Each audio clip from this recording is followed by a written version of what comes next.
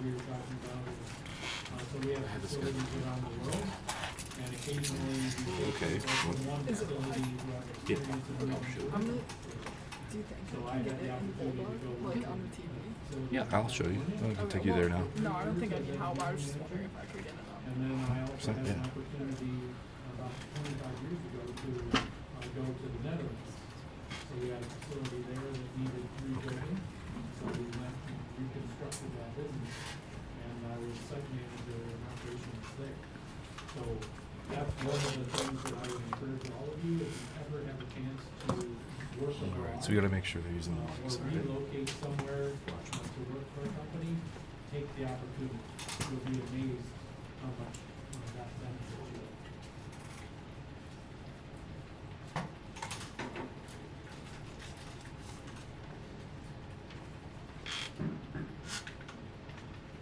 Just a little note, if you guys can use these mics for our live stream, when you talk, that'd be great. There's two of them. You can pass Hold them. Yeah, just hold them, yeah. Okay. Any other experiences? You're gonna need to remind me. Because they're going to forget. All right. And we're looking good. We're live. So I didn't really know what I was going to do after high school, and I actually thought I was either going to do biomedical engineering or architecture. I went to UB, and I said, you know what, I'll just try biomedical engineering, and if I hate it, I'll move to architecture.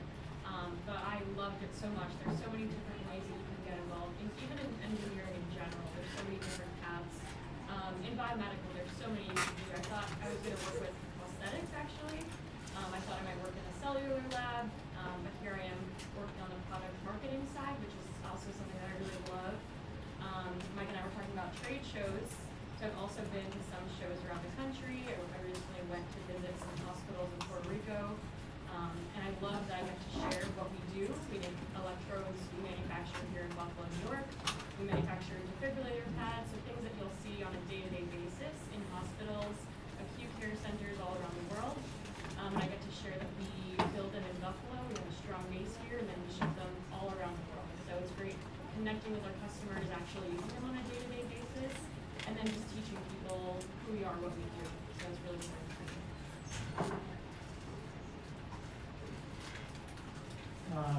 So for myself, I'm a mechanical engineer. That's what I went to school for. Some experiences. There's different aspects that you can go into, as has been stated, for engineering. Even on the mechanical side. So you can work in design, which is actually designing products. That's what I'm in. I like to understand how things work. And so through my job, I get to work on products from conception. See it through, test it. There's different stages of that design product, and so you're working with the customer, and you're able to actually go to from concept, different qualification levels, making sure that it actually works and functions as it's supposed to. Go to testing the product and making sure that it will be fit for use in its application, and then you get to a point of when it's actually at production. But other levels of engineering is manufacturing engineering, making sure that the floor and everyone is supported with tooling and things like that. Quality engineers, and so there's different, as has been stated, different pathways that you can take for engineering for sure.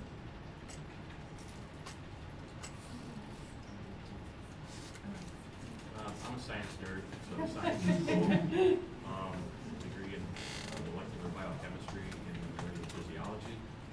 So much you can do with science. But the key to everything is make sure you enjoy going to work. Pick something that you gotta pay the bills, right? But you also have to have fun. So keep that in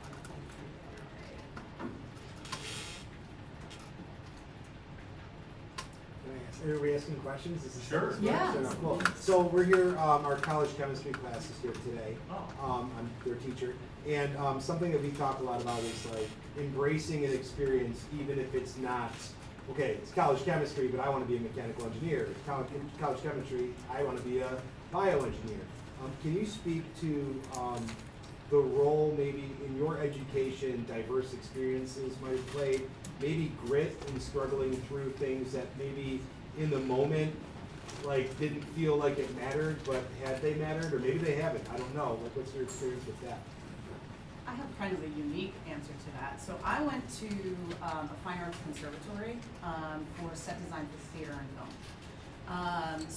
And now I work in manufacturing recruitment and have for 14 years, right? Makes total sense. But it actually does. So one of the things that I was able to learn, right, in set design for theater, A, is creative thinking, right? So it's creative problem solving, right? I have to figure out how to put on a show on a certain size stage, right? The other piece to it too, though, is drafting.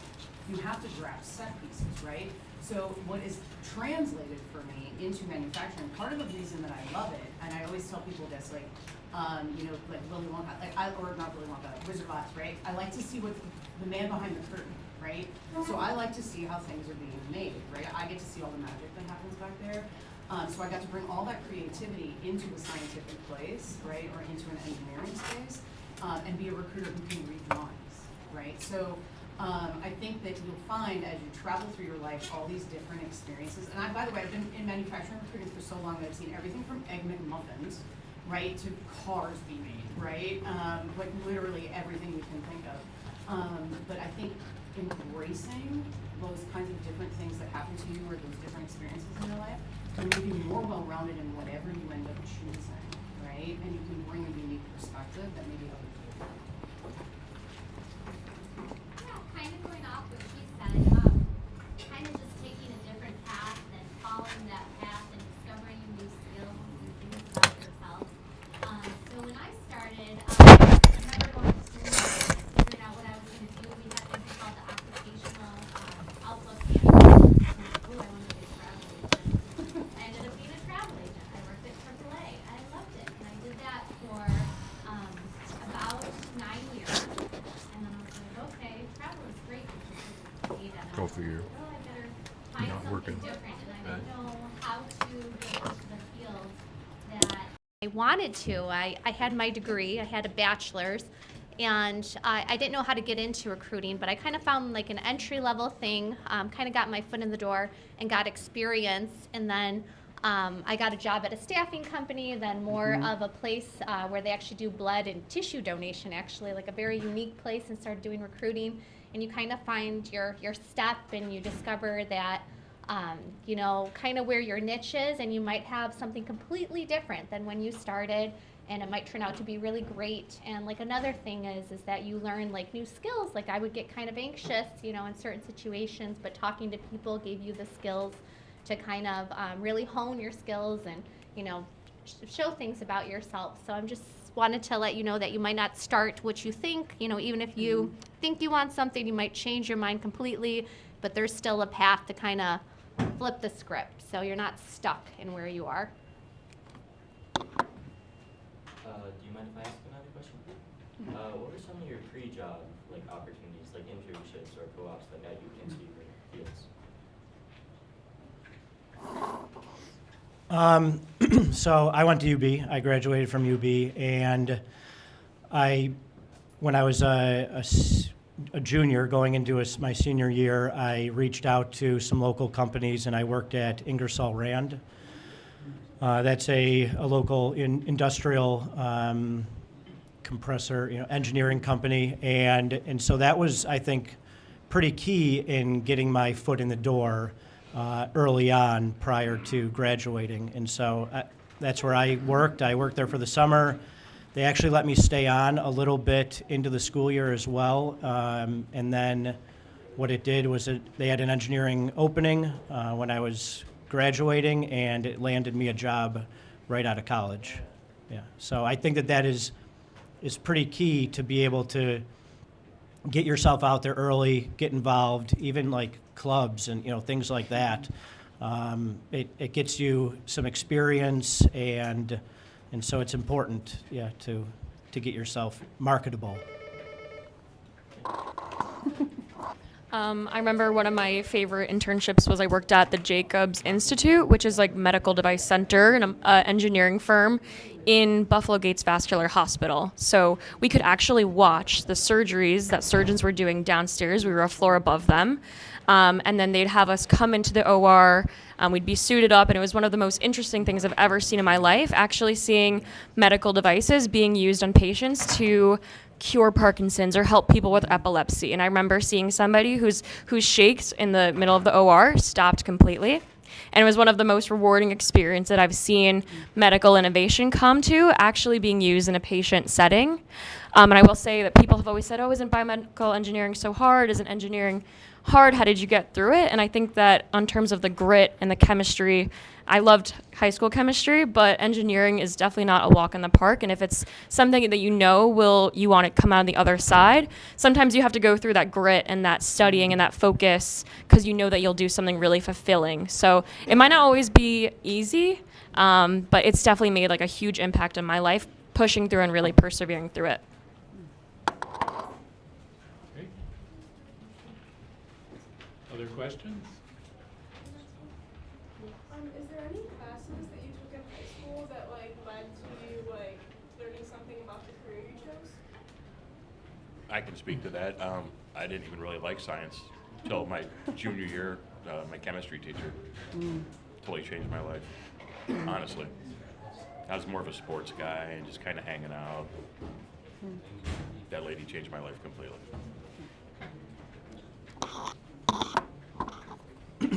So as I stated, I actually went here to Alden High School, and when I was a freshman, I don't know if it was the year that I started or maybe a year before, they started a program called Project Lead the Way, and it was some introduction to engineering classes where first year we did CAD work, we did 3D CAD work in Autodesk Inventor. There was like a digital electronics class. There's about 5 classes that we could take as we were, progressing from freshman to senior year. And I think that really played a huge role for me in making me decide to go for engineering when I went to college. So, yeah, it's tough when you're in high school, understanding what you really want to do for the rest of your life. I questioned it as well. I think that's even kind of part of just navigating through your career path. And so I failed my first year of college, and I kind of had to, it's just all part of life experiences though too, but it taught me that I needed to become, if I wanted to actually pursue this, I needed to kind of become responsible, and it was a good life lesson that I couldn't. I needed to actually put focus into this and try hard, because for me, high school was a little bit easier, and then I got into college, and it was kind of more of the real world, and so I had to buckle down. And I ultimately knew from those experiences in high school that I did want to become an engineer, but I just had to actually, put forth the effort, and it did lead to an engineering degree, but it took some failures, but it's okay. Yeah, I'll add on to that, because I had absolutely no idea what I wanted to do when I was young and got like zero direction. The advisors were not very good. And I graduated from high school in the 80s. Had no idea what I wanted to do. I still don't know now what I want to do when I grow up. And the importance for everybody here is to hear that kind of thing, and you need to decide for yourself, and the sooner you do, the better. And I think I'm kind of one of the oldest in the group here. I have a lot of buddies who are like in the old geezer club like me, and people who are older than me who are retired, and they do not regret the things that they tried and they failed at. They regret the things that they wanted to try and never did. So if you have no idea, that's fine. Try different things. You're better off picking something and being like, oh, that stinks, because then that stinks and you should go in a different direction. I will tell you this, when I was younger, I washed an awful lot of dishes in a lot of different restaurants, and that's a really important role, but it doesn't pay the bills too well, and sooner or later it gets really, really old. So the more skills that you can develop, the better for you. My role now, I'm at Arch Cutting Tools. We are we make machine tools. One of my roles is to look at people who recruit, or who apply for jobs, their job application and their resume. And it's shocking to me how many different jobs people hold through their early and then mid-adult life. And they bounce from thing to thing to thing, a year here, 14 months there. And it's sad. And the lesson is, don't let that be you. Someone mentioned being responsible, and that's 100% correct. Each person is responsible for himself or herself. You should get that lesson through your head. And whether it's, you know what you want to do and go become a doctor, lawyer, teacher, whatever, or not, and you want to try some different things, because you might try something that you always wanted to do and then find out this isn't the thing. Well, again, at least you know you should change it in this other direction. As I mentioned, I see one or two faces in here that I spoke to already. I had two sons. They're 30 and 32 years old. And when they were younger, I told them, you become a dentist and you become a chiropractor, and you won't have to worry about, too much scratch. The things you like to be able to do, you'll be able to afford.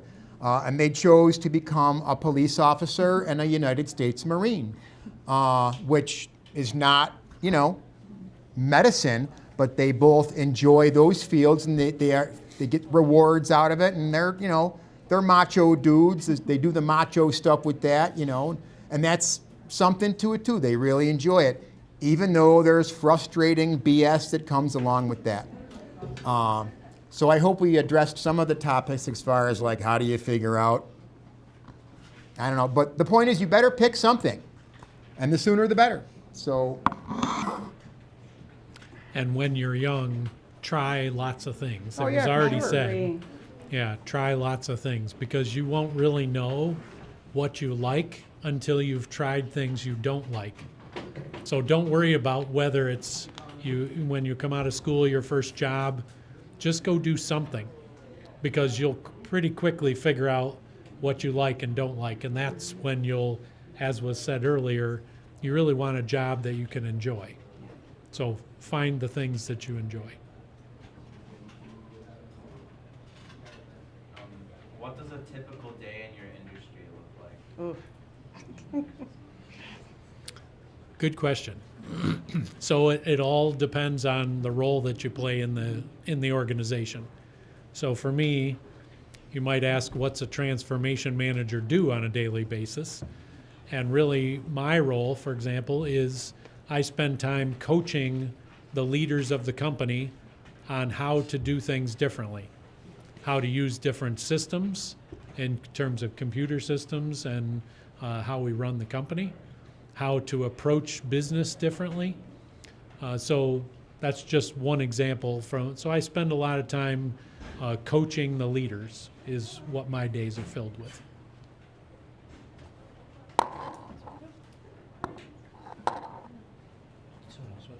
Oh, I'll do them. I spend a lot of time with people, right? I work in workforce development. So either I'm looking at resumes, right, and I'm calling folks. So last year I screened 40,000 applications for one company, right? So I look at a lot of resumes. But the thing that I really spend my time in is, and I think that you do this in any role in an organization a lot, unless you're in a dark room drafting, right, and you're by yourself, which is, it exists, believe me, is you are interacting with folks, right? Like I'm out on the floor, I'm talking to people at all different levels, I'm interacting with leadership and brand new people, right?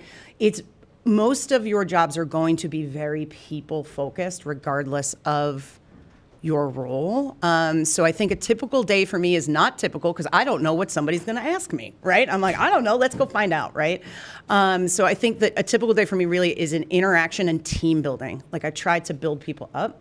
right? I try to create an inclusive and welcoming work environment. And I think that you can do that in any role in any organization. But yeah, very people friendly, so people focused that sometimes I don't like to talk on the phone at night. I'm like, don't call me. I've had enough people for today. But otherwise, that's, you know, kind of how I spend my day. Yeah, I got something for that. I'm a training guy at my place. My title is training coordinator. There's about 50 or 60 operators at our facility. They are all machinists. They operate CNC machines making different cutting bits and tooling. So for them, they come in, they get like their day's work order, you know, okay, this is what I'm doing today. They go over to their machine, they get the various materials they need, then they run different operations on different pieces of tooling. When one is finished, they take it out, they do that again. They're a machine operator. Their bosses basically have 10 or 12 or 14 people that they supervise. All the bosses there used to be machine operators. Now they basically, from the start of the day to the end of the day, they hand out today's work, then they float around watching as people run the various operations. At the end of the day, they make sure they get all their stuff back, and whatever stuff got made goes to the right place, and the paperwork gets reshuffled. In my job as a training guy, I do different HR and recruiting stuff, as well as like interact with the people who've been there for a while, who are doing the training, and the trainees who are learning the jobs as they progress from brand new to advanced. So I'm on the admin side. Previously, when I was in the place I was for a long time, I was an operator. I was a machine operator. Everything from driving a forklift to making a tire building machine, you know, making tires, to different large machines with multiple people on it. And I'm sure there are still roles like that, just like at my place, running a machine, making a product. And the admin side, like I'm in now, various office type roles, including like some of the senior people down there, like, you know, interacting with the president of the company and the other leaders who direct my operations and everybody else, as well as down below me to the people who are actually making the things.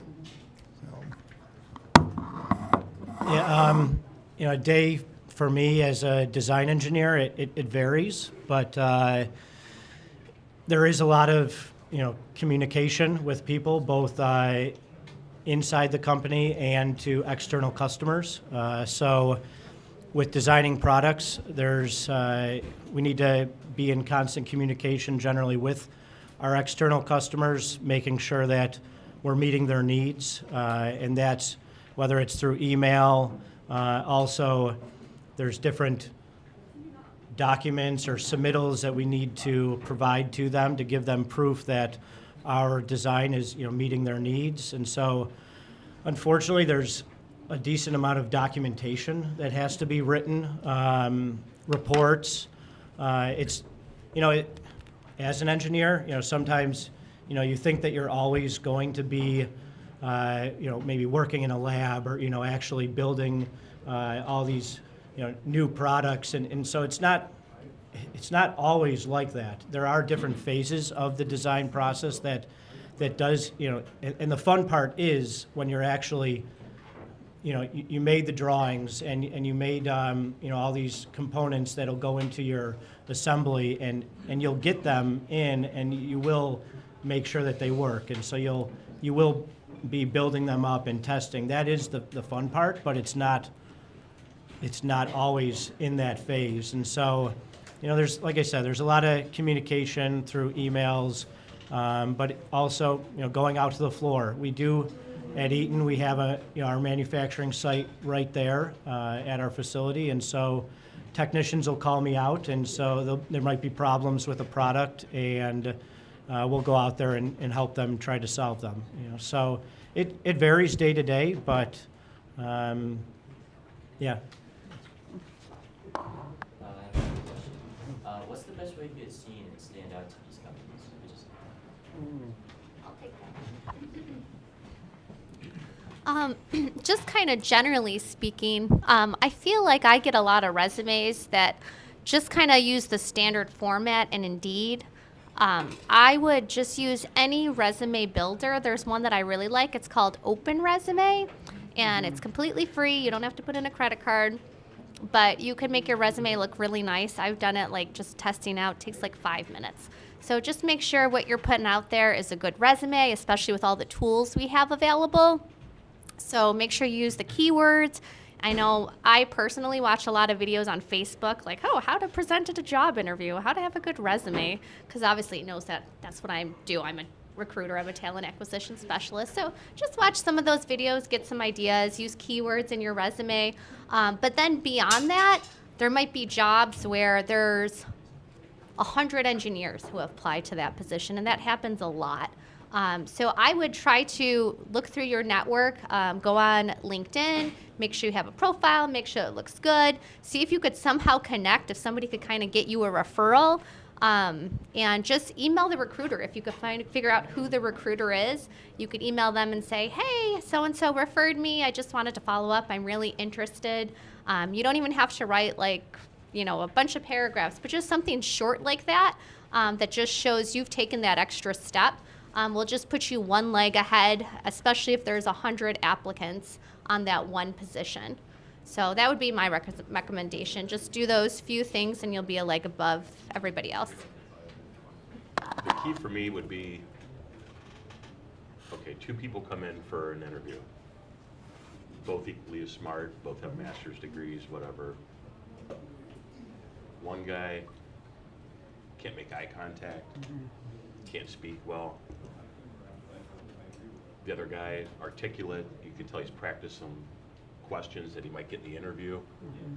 That's a huge difference. You both might have 4.0 GPAs, but you're gonna take the person that can talk the best. So don't be afraid to put yourself out there a little bit.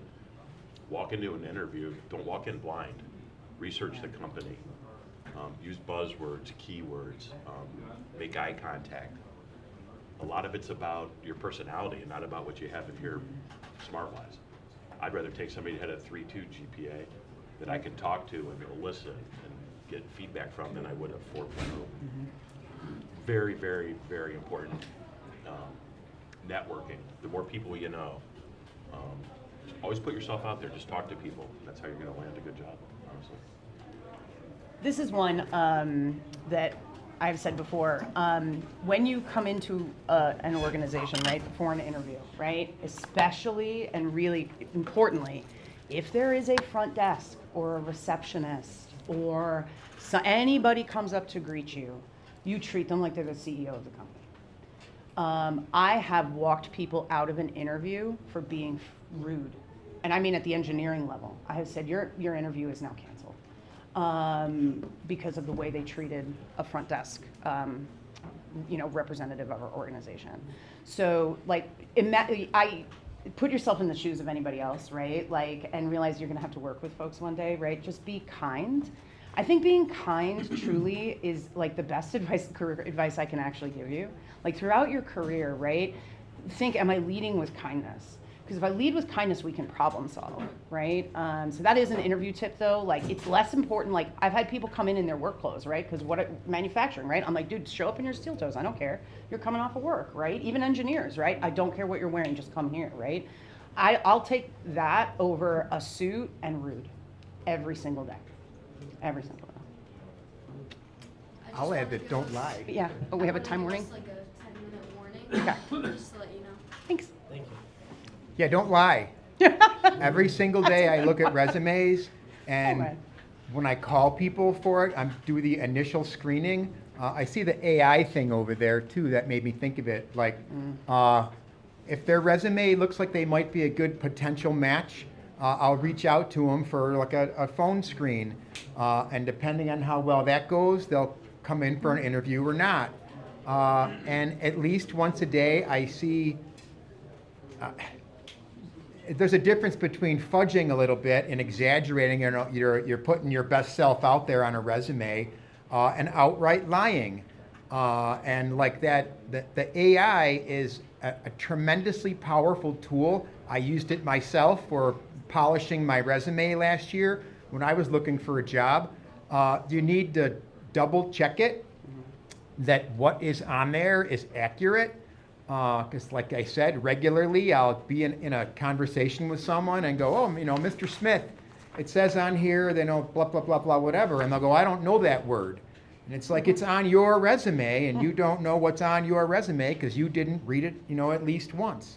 So don't lie. You need to be yourself, because if you lie, it'll be caught out, and you'll look like an even bigger jerk. And it's even worse to get hired and then a month later found out that you're full of BS. It's even more embarrassing than not getting the job to begin with. Because if you're starting someplace, especially at the beginning, you're expected to be a beginner, and you'll be shown the way they do it at their place. And yeah, your previous experiences will play into how you're doing, but you got to learn the new system. So yeah, that would be my biggest goal, or my biggest advice as far as that. Do not tell lies. And that AI thing in particular, I'm just shocked every single day, every day. Because it's not like we're hiring rocket scientists. We're hiring people with a specific skill set. And like some of the people I've spoken to earlier today, and I'm sure later on over in the tech program, if you don't know how to talk the talk, it quickly becomes evident. And then you look like a jerk, so don't lie. Another thing I would say, especially with interviews, if you're somebody that gets really nervous, you don't know what to say, or you'll forget some things, a good idea that I would recommend is to just write them down. I feel like people think that they can't come in with like notes or stuff like that, but just like think about some of the most common questions they might ask. Why do you want to work here? What are some of your skills? Just write them down. There's nothing wrong with having that paper with you and bringing that to the interview. And just write down some of your accomplishments. If maybe you have really great attendance, you worked at the same place for 3 years, and your boss said something really nice about you, maybe it's written down. Bringing that with you and having those highlights with you to kind of just weave into conversation will just be a great step and just make you a little less nervous. So there's nothing wrong with writing those things down and bringing them with you to the interview. Agreed.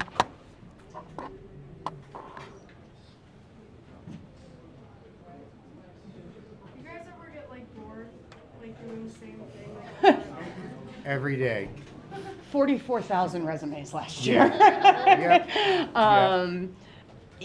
Yes and no. The answer is actually yes and no, right? There are some tasks that do I love them? What my least favorite thing to do is upload documents. We still use paper applications, which is something I'm desperately trying to get us away from. So at the end of the week, I have a stack of paper that I have to upload into people's files. So yeah, there's task work that I can find boring, right? But the overarching, I think actually, and this is a career thing, I don't consider what I do my job. I consider it my vocation. I believe that a job can change a life. And so as a recruiter, that's what I'm set out to do, is either better pay, better shift, better location, better group, right? I want you happier leaving. So if you stay focused to a vocation, if you really end up loving what you do, then that stuff doesn't matter. It stinks sometimes, right? And I put off scanning for too long, and that's my own fault. But otherwise, I think that if you have the opportunity to do something that actually you love and fulfills you, you run into that less and less.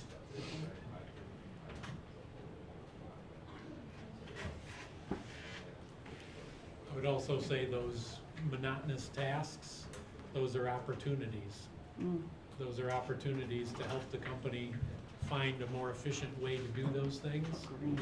Or actually ask yourself, do I really need to do that? Mm-hmm. Where'd the requirement for that come from? Because sometimes you'll find out you're doing something you don't even need to do. Right. So always ask Yeah. before just continuing to go through some of those monotonous tasks. I think that's such great advice, honestly, right? So challenging status quo, respectfully challenging status quo, right?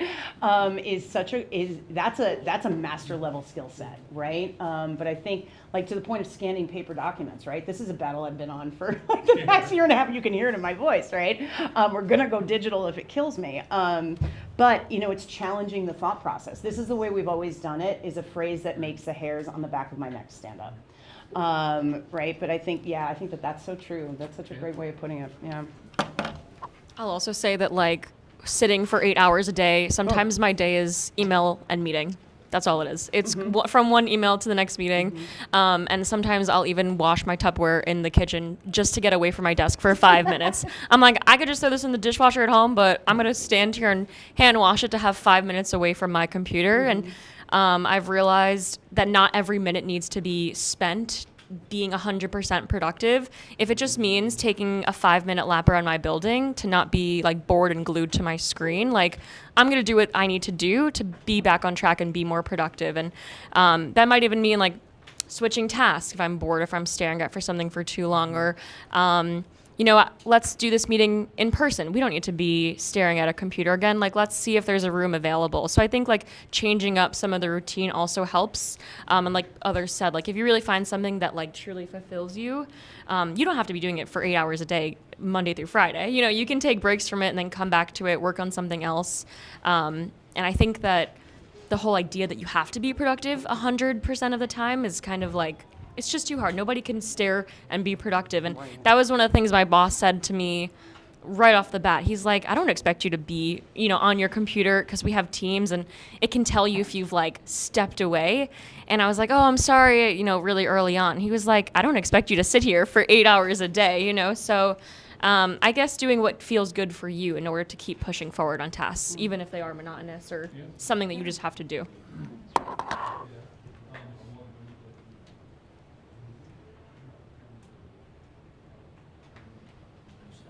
What's something that you guys look for on resumes when you do an interview? What was the question again? I'm sorry. What's something that you look for on resumes when you do an interview?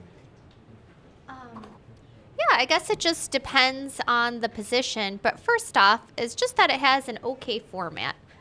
Kind of like I said about using the default for like Indeed or something. Just use any resume builder and have like a decent format.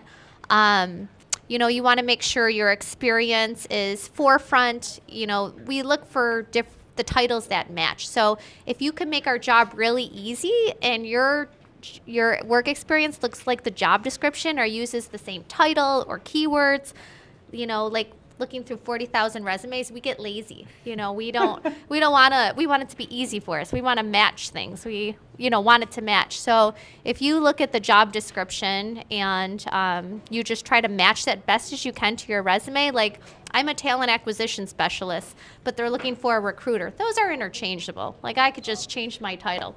That's like something easy I could do. But without lying, so kind of going back, that's not really a lie. They're the exact same thing. So kind of matching those keywords just makes our job easier and just making it's super readable. Don't put it in like a, like you want like a PDF or a Word format, not like a JPEG or something like that. Or don't make us like have to read 5 pages. So those are probably some basic ideas to kind of keep in mind. And if you have any advice. Yeah, I mean, so the single page thing, the only time that really will deviate is in engineering or in any of these kind of more senior or more technical roles. I will see multiple page resumes, but single page is really great. There are 2 different types of resumes. So, there's a timeline resume, right? So like I did this, then I went here, then I went here. Those are the most common, right? There's a kind of newer thing, which is what? Okay, competency-based resumes. So competency-based resumes where you put your work experience at the bottom and then you list out your skill set. Those are really great when you're starting out because you may not have the work experience, but you can list the things you know. So I'm a big fan of those. Or if you've had some job trouble and you've had a couple jobs in the past few years, use competency-based resumes, not timeline-based resumes. There you go. Was that fast enough? Yeah. Let's give a big thank you to our panelists. Thank you so much.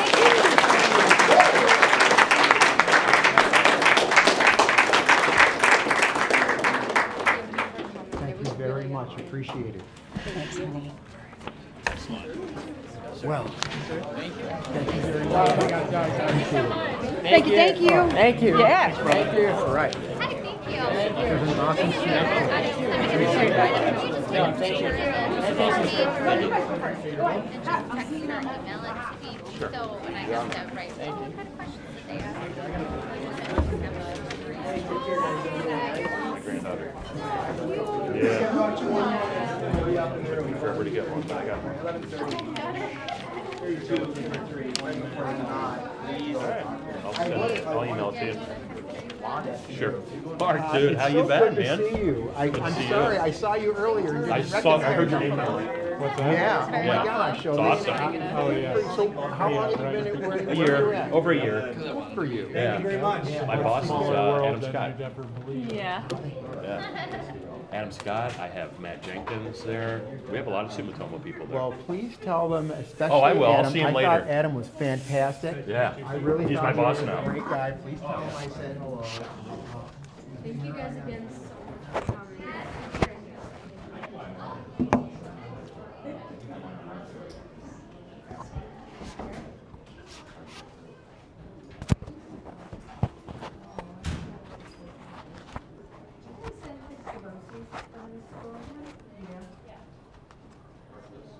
Yeah.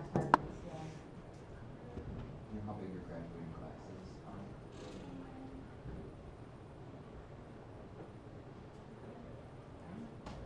It's not big. Very small. Oh, we act like we're a big school. Well, that's what it sort of seems. I thought you guys were bigger, that's why I was, we're from Grand Island, so we're scoping it out. No, we think we're a big school. We're not. We're like a chihuahua. So what do you wanna do? Should we go to that maritime thing, or do you wanna do the, I pretty much talked to everyone in their career. Yeah, I'm sort of done with that now. I get sort of tired of talking to people, you know. Should we do the maritime industrial base thing, or the diverse pathways?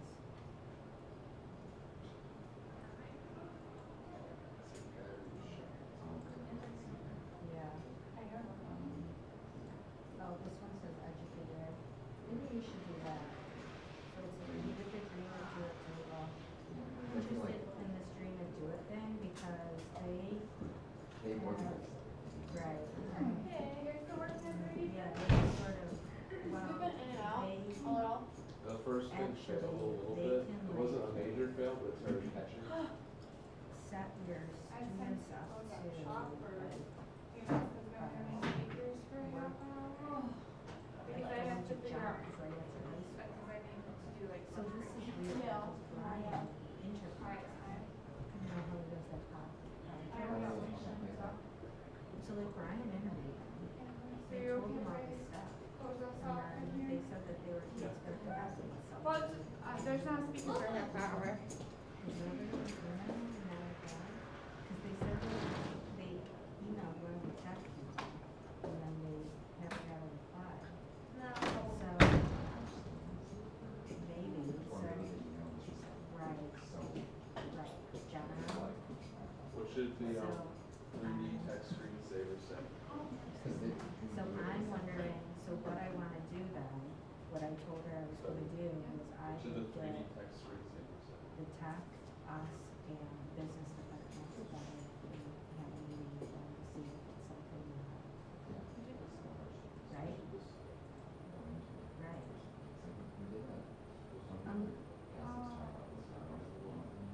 Yeah. I went there. Uh-huh. Yeah, did you go with Hillary? Yeah. Oh, you took that? I don't see or, I guess they went to, I don't know, it was all these, those Mhm.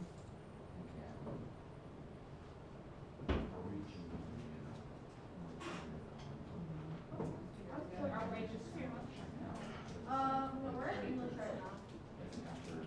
Oh, we got lunch stuff. Yeah, they don't, right. Oh, that's supposed to be bringing us new But I'm also, right, so actually Hillary mentioned something, how they're looking for kids to My dad? get involved in these programs, so I'm wondering if we should. Get out of it. Right, So there's supposed to be yeah, family stuff. right. Oh. Do that, I guess we'll walk around a little bit more and then.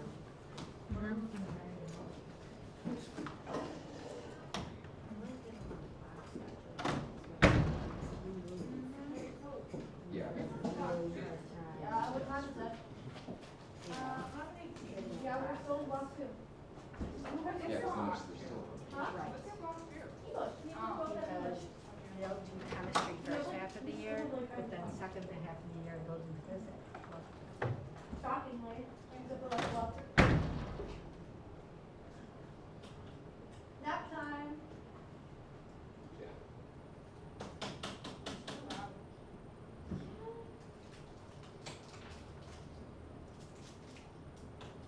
At least we're late for school today. So Lucas texted, he's like, I just missed the bus. And it's like 11, or 8:20. He's like, I missed the bus. So my mom was taking me to school, my neighbor was. So me and my neighbor had to go get Luke. And by that time, it was already 8:40. No, It was 8:30. by the time you picked me up, it was It was 8:30. And then, yeah. My sister didn't go to school today. No. We just saw my brother embarrassing myself. I hate him so much. They need to go somewhere. Either mentally ill children. He was just in ISS yesterday. You saw that. Wait, can I return the referral, like the write-up?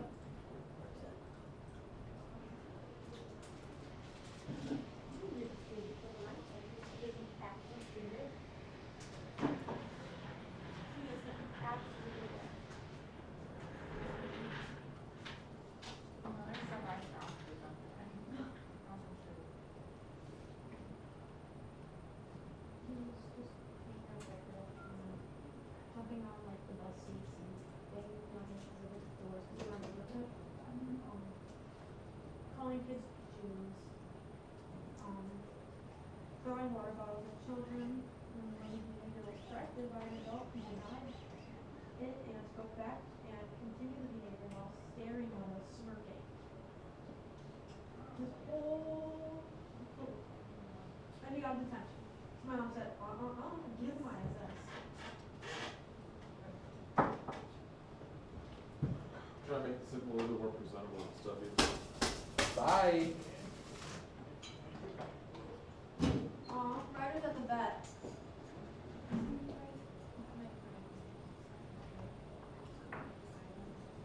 I'm just waiting for him. Randomly shift and then come back. Bad regret. Oh my God, I'm Seems a so little bit of work. fast. At some point.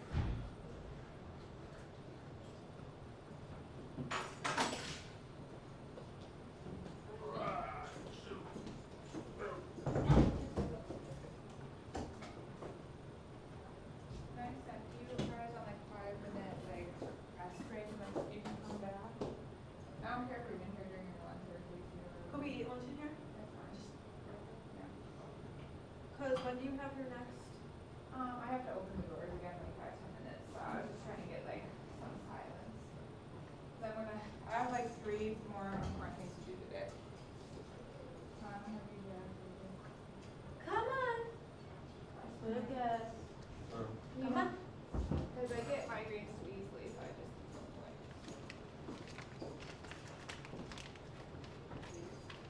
Luke, come on.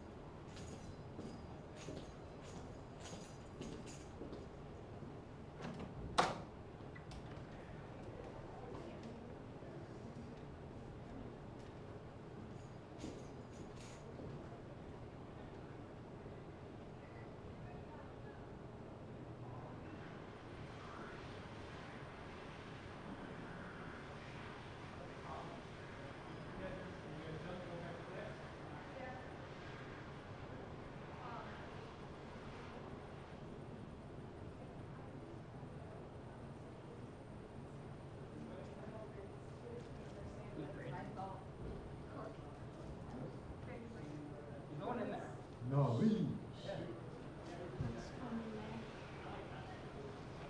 You want to go upstairs tomorrow, or is it on the way?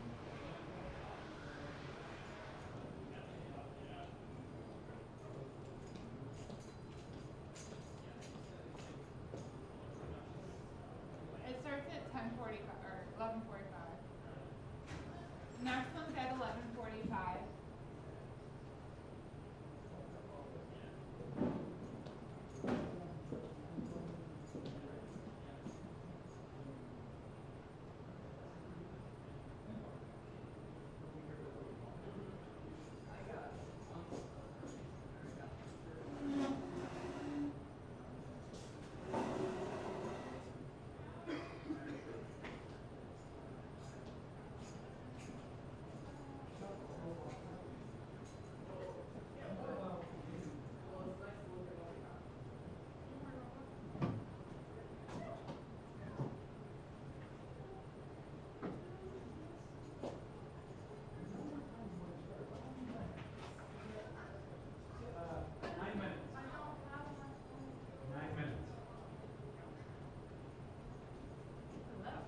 What time's the next panel discussion?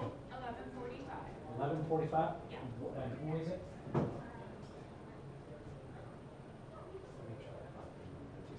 It's lunchtime, so it's. It's trees and Okay.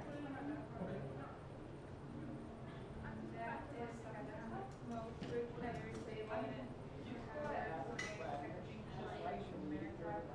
The radio group, SUNY Buffalo, and speakers are Lillian and Cheese. All right, I'll, let's see, I may be able to pop back in for that. Thank you.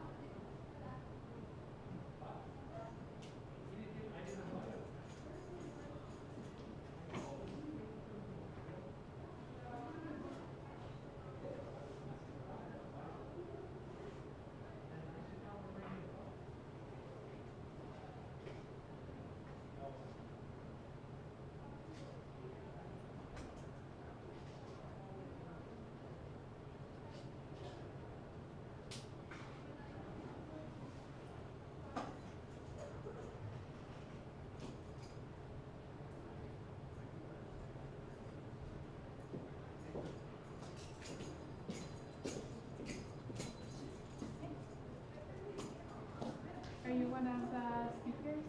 Have you done it before? No. Do you have one paper? Right up here.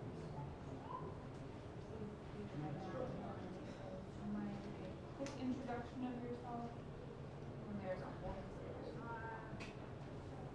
I need like a coffee, but we got 15 minutes.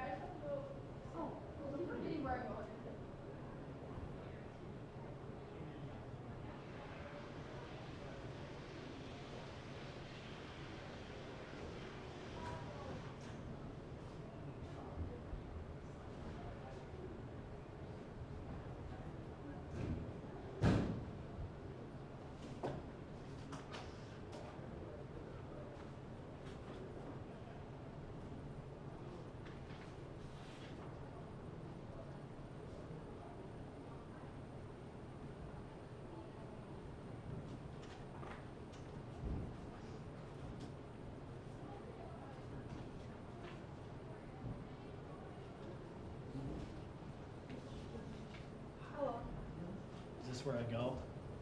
Are you panel free? Yeah, for diverse faculty. Most likely, yes. Okay. Oh, you're not working it? No. Oh, you're just here, okay. I'm a student, but I do know. Yeah, we'll figure it out. Let's see. That's not it. Yeah, that's our block schedule.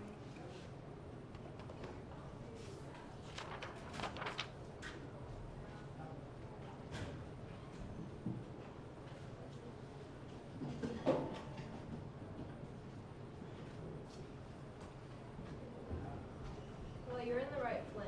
Yeah, I'll hang out. Thank you. Yep.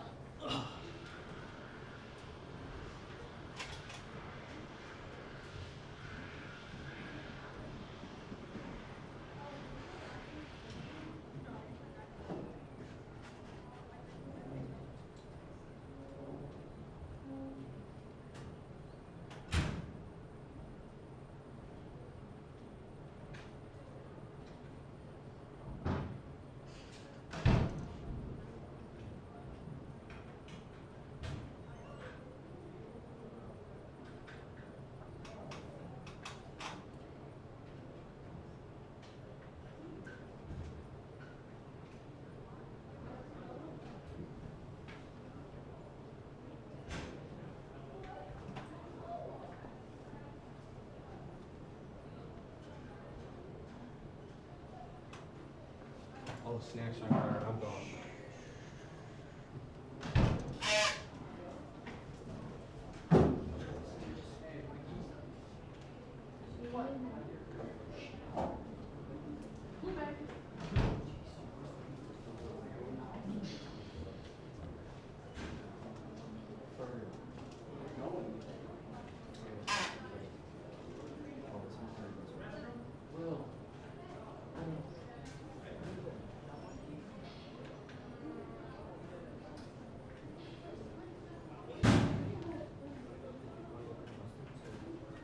Go to the frickin' lab. If you wanna say hi to Mr. Erdl.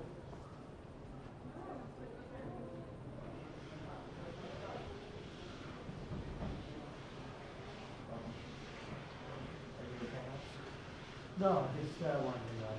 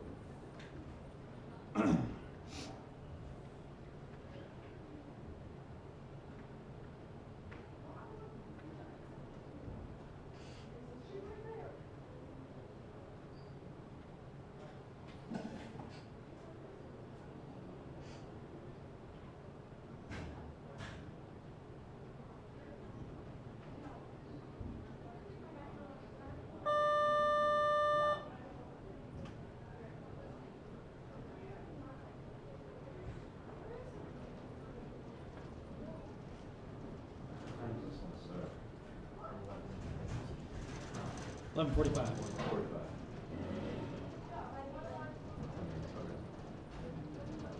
I hope I'm in the right spot. Oh, you are. Okay, good.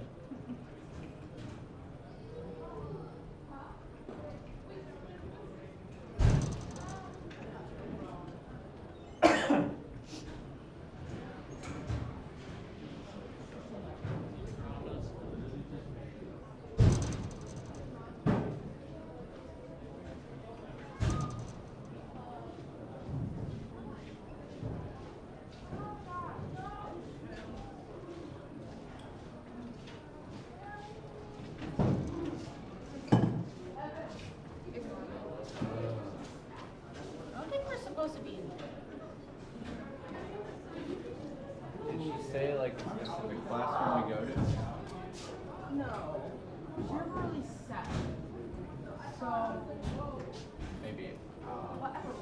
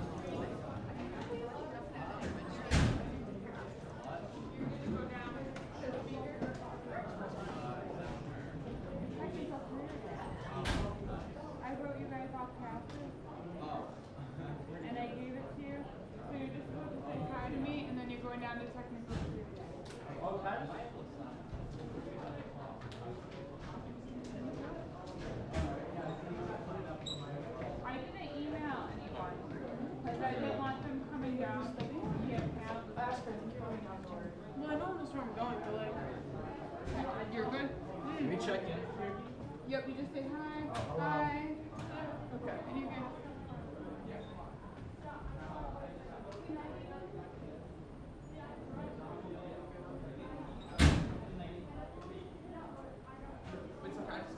Yep, I just need to see your face, you're good.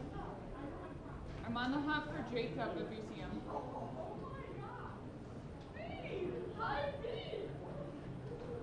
Hi, I just need to see you and then you're good to go down to technical students. You need one? Okay. I'm also on the hunt for Jacob. I have not seen him today, but he has to go to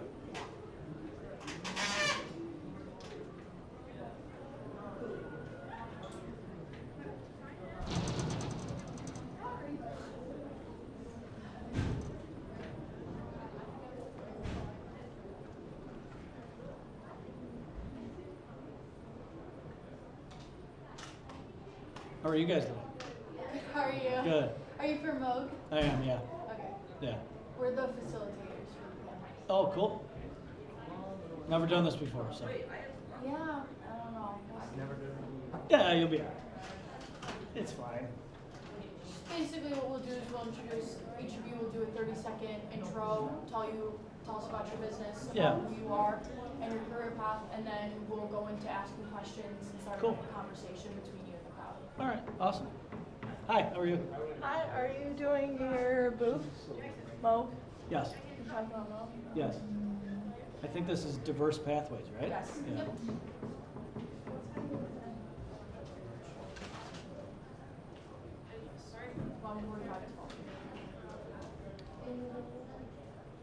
Well, you have a good day. Thank you, though. Yep, you I'll too. definitely probably be in contact with your company. Though. Okay. Thank you.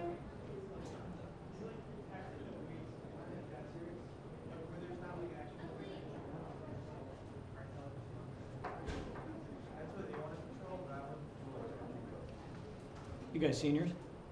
I'm a junior. Oh, okay. What are you gonna do? I'm probably going to go right into the workforce. I'm with a company right now that I'm already a supervisor with, so I'm going to, they like pay for your travel.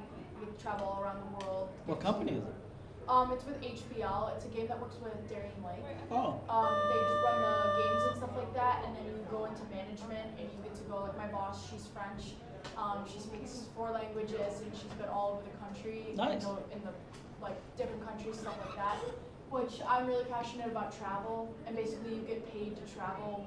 Like, so I was like, Yeah. it's a great, even if I do it for a couple of years, save up some money, then go to college. Mhm. If I were to go to college, I'd probably do marketing and sales. I really love selling things and talking to people and stuff Sure. like that. So That's cool. something that, yeah, I Awesome. really love. Any idea yet? No? Finance, sales, marketing. Cool. Cool. My cousin works with Moog, I think. Name? I forgot his last name. David Spriggs. Yeah. There's 4,000 people there. He's coming, I know. Perfect. I'm still on the hunt for Jacob. Jacob's the only one I haven't seen. If you see him, he has to go to the system. You're good, and I like you too. Thank you. Do you need to drop your stuff in my room? I can go to my locker and do all the stuff so I have like how to put more resumes. Okay. So. I like that answer. Alright, if you need anything, I'll be in here.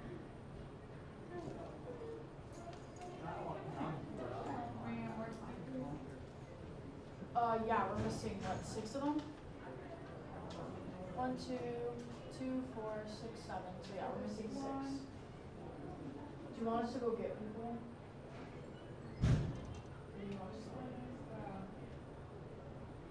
Because we got 4 minutes. I'm here. You're here. Yeah, we were actually supposed to be 4 minutes, but Was it 4? 1 minute late. I washed my hands, so. That's good. Now we're missing 5. We need Catholic Health, Radiant Power Coding, Packaging Cooperation of America, the Bonadio Group, and With a million brownie points, the closer you sit. Wait, closer Brownie you sit points. what? I know, I thought you were going for it. Wait, can you guys tell us? Wait, why is there like names on it? No, we're not, we ain't doing that. Let's go up here. Come on. I'm right. These chairs are comfy. No, you'll be okay. Move up. Go to the left row. Come on. Just sit here.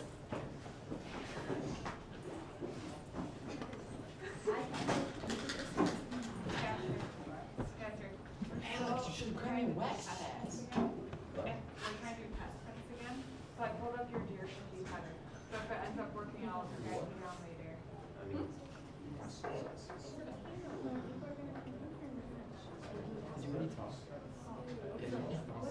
In your life, first one, yes. So like, what would be good questions to ask? Really sad. Alex, are you staying? So like, what could we ask? What made you go into this career? What does a day in your life look like? Sure. I'll give you Alrighty. your card. These two mics here are for you guys to talk into for the live stream we have going on back here. So if you'd like to use those, It's right there. I don't like that one. Thank you. Can I go upstairs? What, place this in front of me? Yeah. I can try. So there should be others here too, so you can pass it around Okay. as each of you are speaking. So Okay. that'd be great. Thank you. I'll go look. You want to go with me? He's coming with me. We'll be back. I'm in there all day. Come on, the lights aren't on, the windows are What, in your I like your classroom. No, I like it. I like the subtle. It's just the work. I hate it. I can't. I never do it. We're at chapter 9. That's it? All of it? We got a discussion on it tomorrow, and I only got through 2 pages. That one that you're doing. I just got it today. There's some random. I'm gonna go walk around. He's like talking.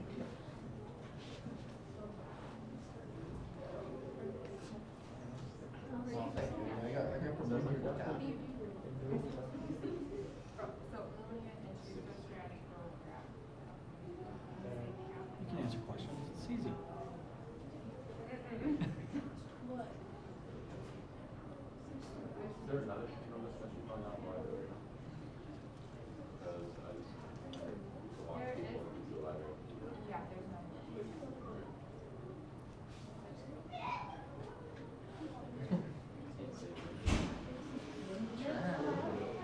What you doing? Come join us. Come on.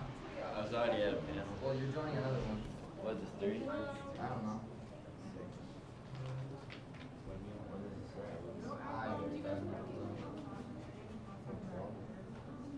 What you do? What class? Good job. Right.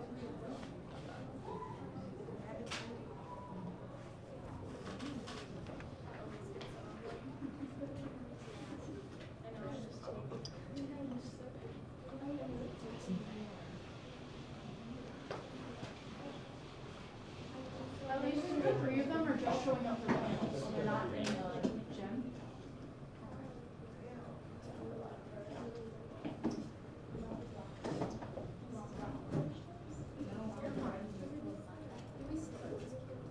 Okay.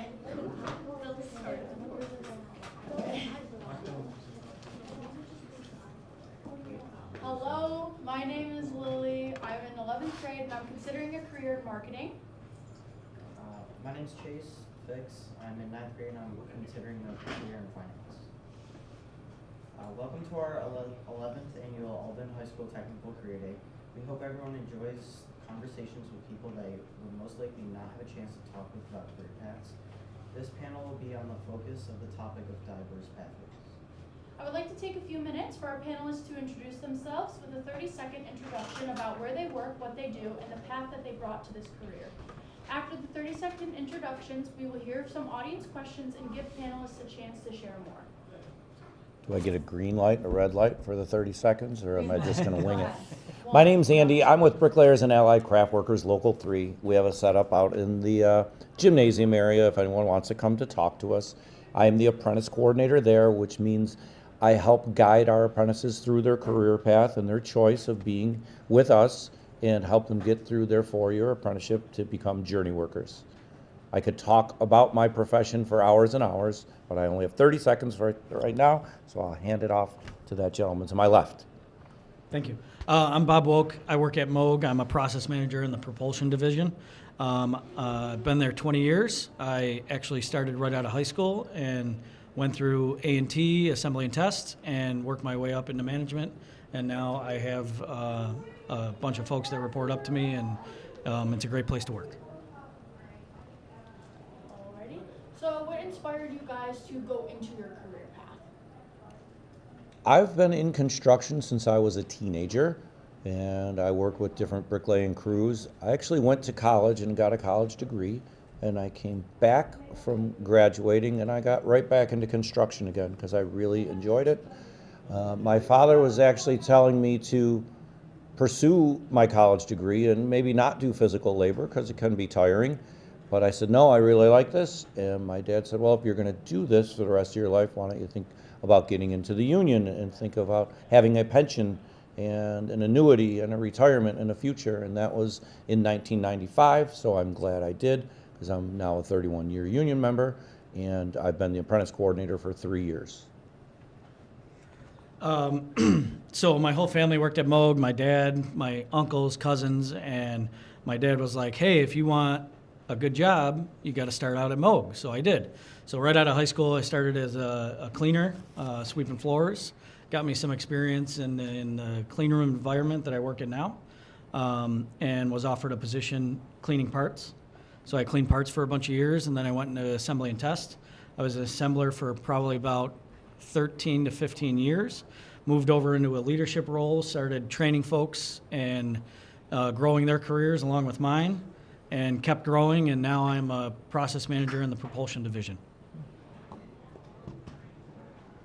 What advice would you give the high school students interested in? What advice for what now? What advice would you give the high school students who are interested in diversity? If someone is interested in one of the trades, as we say, or the skilled trades, whether it was us as the bricklayers or the electricians or the iron workers or the plumbers, my advice would be get into a union trade and think about benefits. Because at a young person's age, say 16 to 18, they're not thinking about when they're going to be 60 years old and retiring and how much money you're going to need to live a comfortable life or how a pension works. But if you talk to someone who is retired and is collecting a pension check, ask them if they like it. You know, does anyone know anyone retired collecting a pension check? Anyone in here have an older relative? Yes? So what did the person do? Teacher. Was a teacher, so they're collecting a teacher's pension. And I think teachers are big proponents of pensions because they like that, because when you're not working anymore, you're still getting paid. And it's a good thing. So that would be my advice. You're not thinking of your future yet, but when you find something that's really passionate to you, a pension and an annuity is a great way to think about, because you could save a lot of money, but once that money's gone, it'll be gone. A pension is till the day you die. You know, so you live till 90, you're going to keep getting paid. That would be my quick advice. Can you repeat the question again? What advice would you give the high school students who are interested in your career? Be inquisitive, ask questions. Moog is very diverse. You can start in one career, say as a welder at a lower level, and you go into welding and you know, you've seen some of the other things that we do, assembly and test, machining, anything like that. That's a quick conversation with your manager to say, hey, I'm really interested in this. And their job as a manager is to help you get there.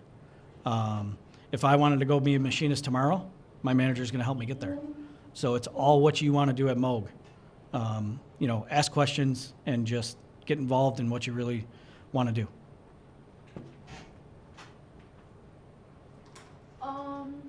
What skills or qualities do you think are most important for success in your field?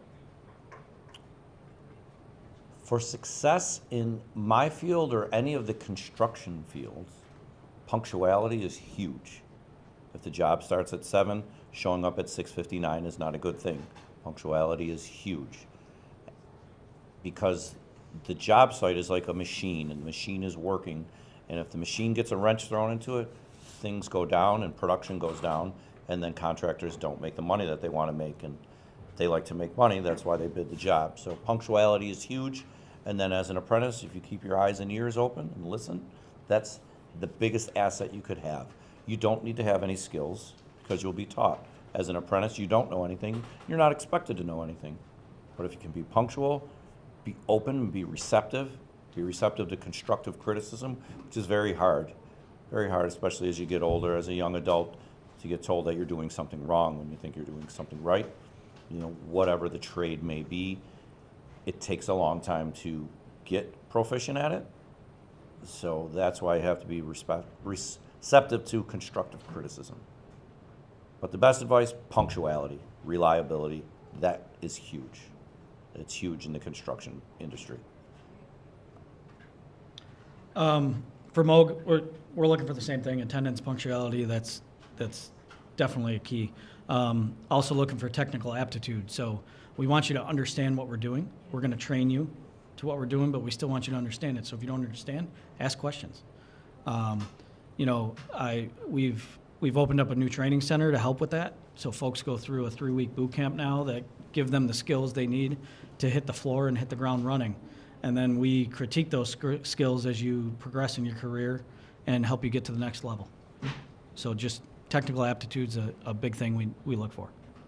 How do you balance work with personal life or other responsibilities? Work-life balance is a very tough question to answer because it all depends on where you are in life. Where you are at 18 or 20, you might not be at 24 or 30. And it's a very tough to balance that. I have twin girls who are 15, so my work-life balance is very challenging, especially because up until recently, my wife was a stay-at-home mom. I did make enough money as a bricklayer foreman to provide for my family. So I did have to work a little bit more and lose out a little bit of life. But I did so I could provide for them. You know, they play hockey, so I make sure to be at the hockey practices and the hockey games. It all depends on what someone would want to do. When you're younger, you have more free time. But if you do choose to have a family, you have maybe less free time. Depending where you are in your work level, once you become a foreman or a superintendent, that takes away from a little bit of your time. So it is tough to budget your work-life balance. But if you can meet it to what your expectations want, it can be very rewarding. And you have to learn how to do that, because if you get consumed with work and you lose out on family time, that's no good for you as the person or your family. We have a Moog culture and philosophy handbook, and one of the cultures in there is your personal life is important. So work-life balance is super important to us. If you have something going on at home, if you have kids and they have a sporting event, by all means, take the time. That's how Moog works. Families first. You know, we understand personal things happen, and we support you through those things as best as we can. And I can tell you that that's one best part about being a manager at Moog, is that if somebody comes to me with a personal problem, I tell them to go home and take care of it. Moog will be here tomorrow. Moog will be here in a week. But your family is the most important thing. So that's how we do work-life balance. All right, does anyone have any questions so far or anything they want to add? No questions at all. The work-life balance can change, because if someone doesn't have children, or maybe they don't have a significant other, they could work more. You know, I didn't take my vacations according to me when I didn't have children. I did to try to help the company, but once I had children, no, this is when I'm taking vacation now, because you have to. You know, but the personal part, you know, means just as much. I would definitely agree with what he said on that one. You know, but it's a tough balance. Any balance is very tough. You know, you have to try to meet that balance and not go one way more than the other. What's the most rewarding part of your job? As a bricklayer, building, doing things that other people can't do. It drives my family crazy. I worked on this school, I worked on the addition, I've done other stuff here. We drive around, I say I work there, I work there, I work there.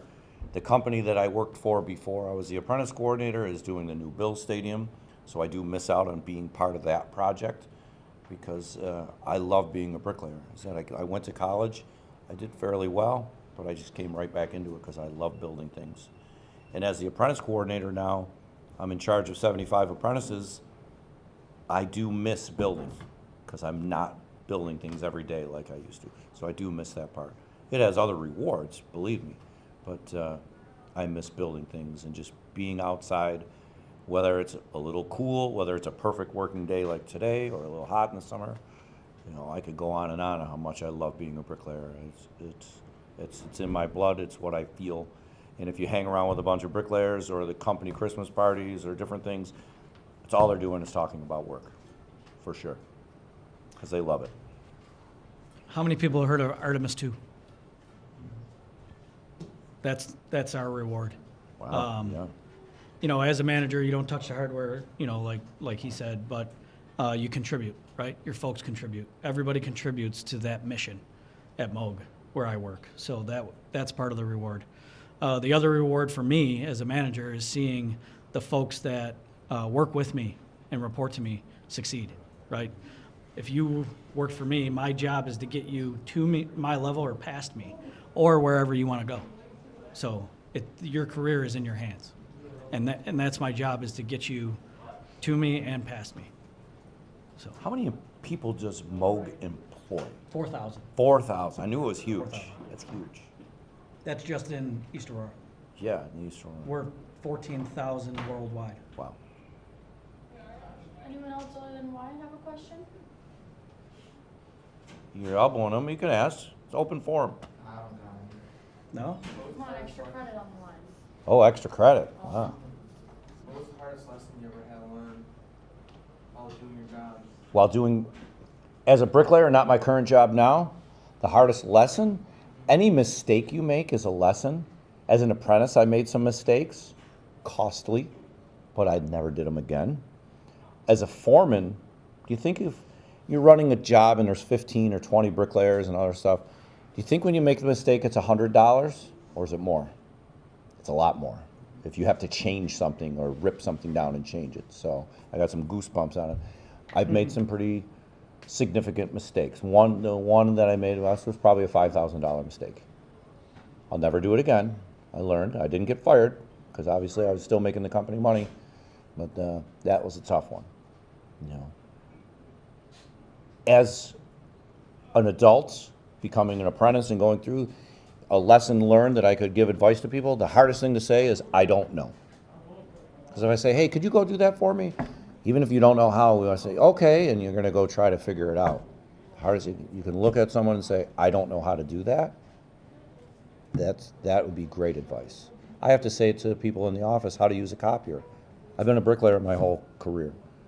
I didn't know how to turn a computer on until a few years ago. Now I have to know how to do an Excel spreadsheet or something.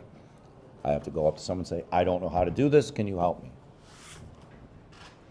So making mistakes, but learning from them. But I could go on and on. Being a foreman isn't about making mistakes, it's how you get out of them. You know, so because you can, and then you learn how to get out of those mistakes and still be profitable. Mine's along the same lines. You know, I made a mistake back when I first started at Moog. It cost the company $75,000, which was way over my yearly salary. So, you know, I was in trouble, but I owned up to it, and it made me a better person. It's how you react from your mistakes, right? What we build, there's lives on the line, so you have to own up to your mistake, learn from it, and grow from it. Yeah, I mean, we scrap parts daily that are more than people's salaries, and nobody gets fired for it. You know, we try to correct the problem and move on from it. And that's what Moog does, is it builds their people up to be stronger daily. So. Have you guys continued learning and growing professionally in your role, whether it's as you were, like when you started off, or as you are now? Like how, since you guys are higher ups, how do you continue to grow your knowledge and become a better employee? I listen better. I like to talk a lot. I have to learn to listen better, and I've been listening better the last few years of my career. You know, we got 2 ears and only one mouth. You know, that's a hard one to overcome. So I think I've been doing better at that to help me in my career. Because if you see yourself wanting to advance, you have to try to think, how is that person that I would like to have that job? How are they acting? What are they doing? You know, as the apprentice bricklayer or tile setter, you want to become the journey worker. Then you're the journey worker. Hey, maybe I'd like to be the foreman on the job. You know, well, what's that foreman doing and why? You know, and then the superintendent, or maybe even own a company. You know, when it comes to the union aspect, I never thought I would sit at the front of the table during union meetings. Now I do. So now I'm a union officer. And so always try to look at the job that you'd be interested in. So mine is listening. You know, listening when the people who are hiring me speak. Mine's definitely along the same thing. You listen, you learn. As you grow, the tasks change, right? So at Moog, we're one Moog. We all help each other out. So it doesn't matter if you just started out or if you're the president of the company. You're there to help everybody. So if I have a new employee on the floor and they have a suggestion to do something different, I'm going to listen. And that'll help me grow, and that'll help that person grow. And if I have a question that I don't know the answer to and I need to walk in the president's office, the door's open and I walk in there and I ask them. That's how we operate at Moog. So we learn from each other, we grow off each other, and we help each other succeed. And that's why Moog has grown so big, is because we all help each other. What are the characteristics of the people in your company that are most successful? That are most successful have a little drive, or a lot of drive. You know, don't just want to do the bare minimum. If you want to be successful, you have that drive. I consider myself a very good bricklayer. The people I work with some better ones, but I worked more because I hustled and I worked hard and I tried to produce for the company. When 2020 happened and COVID happened, the company I work for normally would have 100 employees. They had one working, and it was me. You know, I was the only one left working, being able to provide for my family because of the money that I could make for them. There were bricklayers that were faster than me, but they didn't have that drive. So that would be one thing I would say. And I want to say something before we forget, because I see at least half of the group in here is female. It's 2026, not 1926. In the construction trades, it normally would be a male-dominated industries, but there's more and more females in all the trades, because the contractor doesn't care how you identify, what your name is, what color your skin is. Can you do the job? Period. And out of 70 apprentices, we have 7 female, and they're all doing very well. You know, so if someone wants to do it, as long as they're capable of doing the job, then they can do it, for sure. And that's across the board in any industry. Be open-minded, ready to learn. You know, you might have a way of doing things, but somebody else might have some way to help you. Ask questions. Drive, have a lot of drive. You know, hard work. I'm in a salary position, and you know, I only get paid for 40 hours, but I do work over 40 hours some weeks. But then there's other weeks where there's events that I need to go to, like this one. This is better than being at work. I love doing this stuff. Don't get me wrong, but yeah, just work hard. What types of entry-level opportunities or internships are in your field? Well, we're not an internship. We would be an apprenticeship. An apprenticeship, you're getting paid while you're learning. You're learning from journey workers who obviously have mastered their skills, and they're teaching you while you learn. One of the benefits of coming, you know, into any of the apprenticeships, whether it's us or one of the other skilled trades, you're getting paid while you learn, and it costs you nothing. Compared to if you continue your education and have to go to school, unless you get a free ride, you got to pay for it. So many people who've done our program, it's 4 years, and in 4 years you're making journey worker scale, and you're getting paid well. And if after that 4 years you want to become a foreman, you would get paid even more. You know, I was a foreman for 25 out of 27 years of the company I was with before I was a coordinator, and I'd like to say they paid for this gray hair, because they paid me very well. My wife was able to be at home with our twins up until just a couple years ago. Now she's back to work part-time. And if you look at me, you can see I didn't starve. I was able to provide for them. And with us being the skilled trades, you hear about everyone always needs something done. I got to make sure there's nobody in the government in here. But with weekend money, I was able to take my children to Disney 3 times, just on weekend extra cash. So it's available in the construction trades. It's very good. It's very lucrative.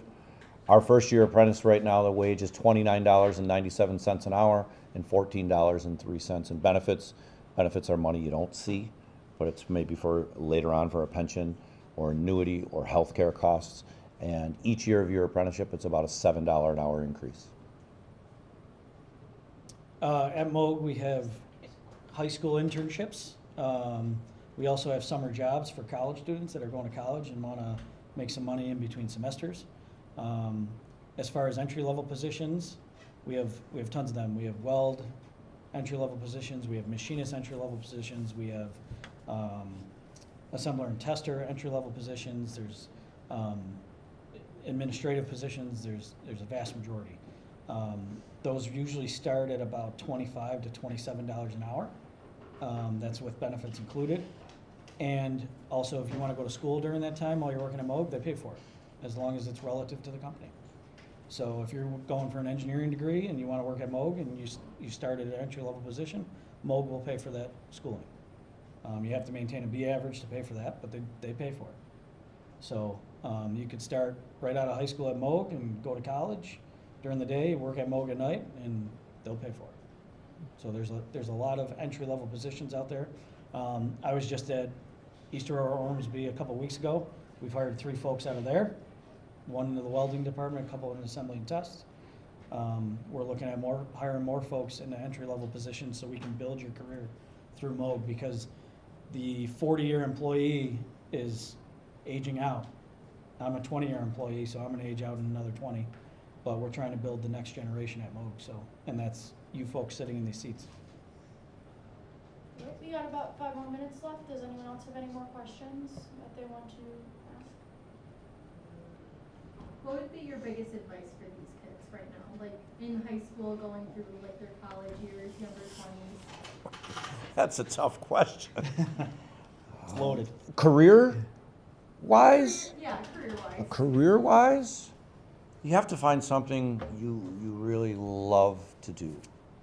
As I said, I went to college, but that wasn't going to be for me. I loved doing what I did. Before we had children, my wife had a very good job, a 6-figure job, but she was miserable. It would have caused us to break up. It was horrible. I told her, you have to quit. And she did, because it was killing her, because she hated it. You know, money was great.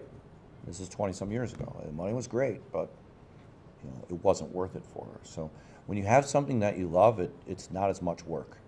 Because work is work. It's not play. But when you really love it, it's not as bad.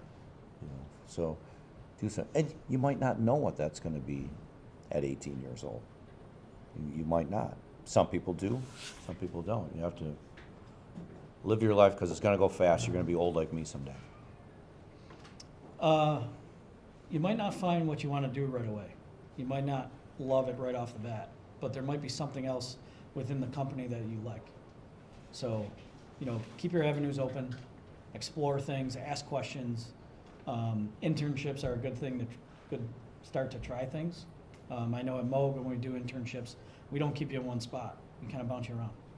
So you can say, hey, I really like that. Like we had a couple welders that were hired to weld, and part of the program is to stay in A&T for a little while to assembly and test to understand what we're doing.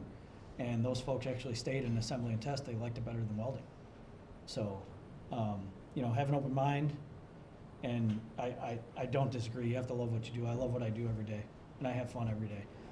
There's stressful times that you go through at your job, and you're like, this stinks, but I can tell you to this day, I've never said that I hate going to work. Never. So that's definitely one thing you don't want to do, is hate going to work, because you spend most of your time there. Just a few minutes. Do you have any final thoughts, like any lessons you've learned? We already kind of talking about that, but just say one thing right now, or just, I don't know, just what would it be? Listen to the adults in your life that you respect, because they're telling you things not to be jerks. They're telling you things to help. You know, that's for sure. Yeah, 100% agree. You know, Alden's putting on this event to help you. This is probably one of the largest events I've seen. It's great. There's great companies here. A lot of avenues for you to explore. And that's part of your next steps is your life is in your hands. You know, you're not going to have your teacher helping you once you graduate. They're going to help you until you graduate, but after that, you know, you gotta talk to people. You have to create a network and listen and learn and explore things on your own. You know, I was very lucky. I had a good support system in my family that said, "Hey, go clean toilets and sweep floors at Moog." And here I am 20 years later, and I have 90 direct reports. So without a college degree, I'm very lucky, and I don't take that for granted. But I worked hard to get here. So make sure you work hard. All right. If you guys want to talk to them more, they'll be in the gym. They all have stands, so you can go talk to them more if you have more things to say. That's it.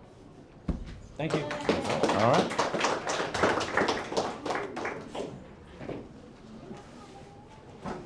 Next up is women in STEM. If you guys want to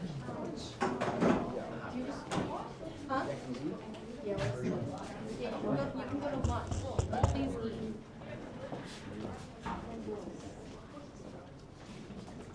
Have a good day. Thank you too. I will. Thank you very much. You're welcome. You're welcome.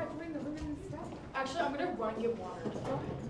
I'll be back. Some loaded questions. Yeah, thank you. Hello. Oh, Jen Valentine. hi. Hello. Nice to Nice meet to you. see you. Oh, I saw you on the TV, you were like famous. Oh, really? Good. I haven't checked my email.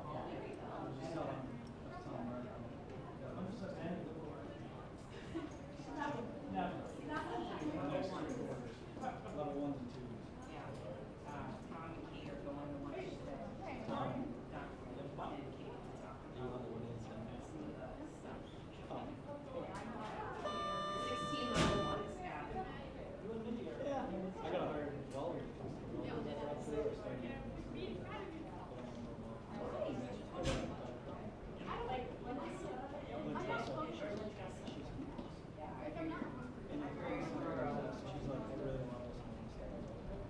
I go, there's a need, you know, so it doesn't matter to us.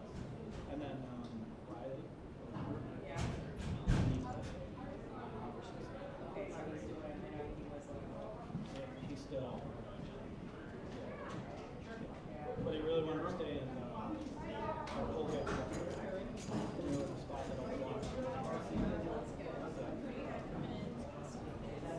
Joe Jablonski, Josh Wright.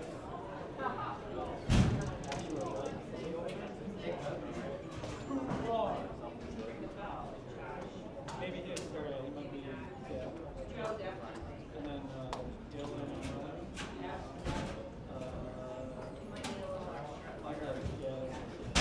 you know what's funny is the younger brother.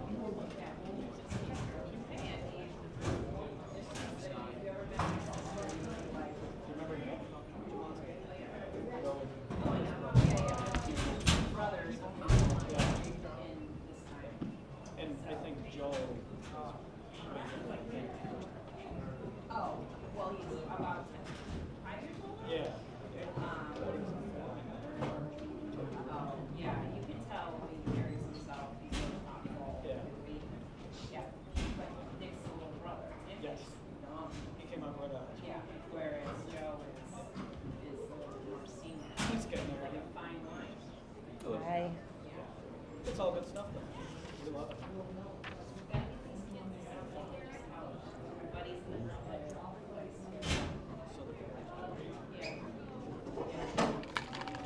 Just wanted water.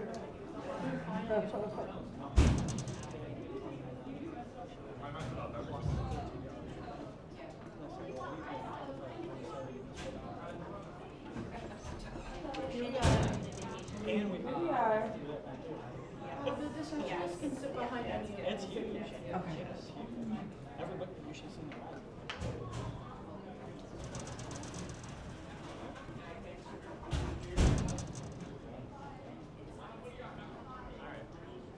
At least it's warm in here.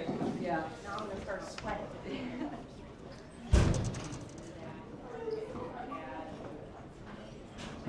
It's a little warmer in here. My oldest, What are you doing? yeah, I'm just putting aside to use the mics for live. Because I gotta go to lunch. I didn't and- realize this morning, we were just talking about this, that you were like live streaming too, and that's why we need to use the mic, and so I didn't use the mic, and that was very It's okay. unfortunate. I'm so sorry. Yeah. Sneaking behind you. Oh, yeah.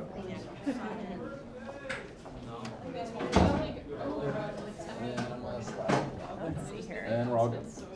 Oh dear, we're live It'll be streaming, these now two. we do have to use them, got it. Yes. Now you do, we have to use them for.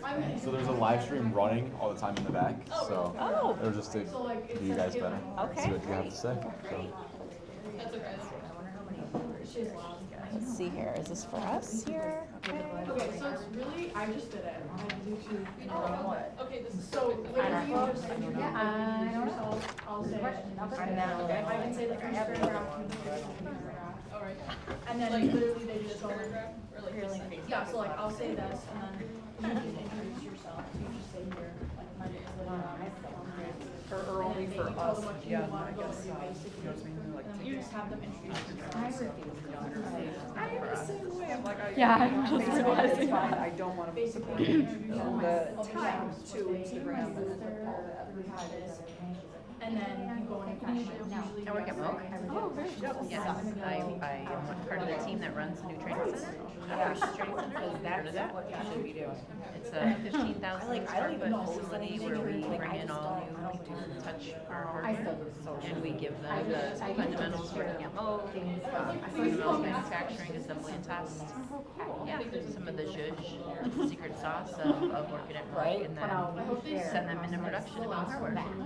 I toured, so I'm basically some most facilities, and I don't do much. I remember what manufacturer it was, but we toured I had a crazy factory. Was it So, recently? like, for that It was a couple period years of ago. time, Oh, I okay. had to Oh, okay. stay off, I just a tour there, like I just ended up, I'm like, I don't need to like, I'm oh graduating. my god, I have to post this, otherwise it's not reading. Oh, wonderful.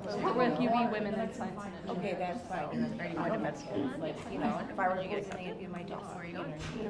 It's been the last couple of months. Go, girl. Wow. Thank you. And I will start in July. I'm cutting out my. Hi, I'm Jen. I'm Jen. Wow. That's super interesting. Are you from Buffalo originally? Yeah, I live in.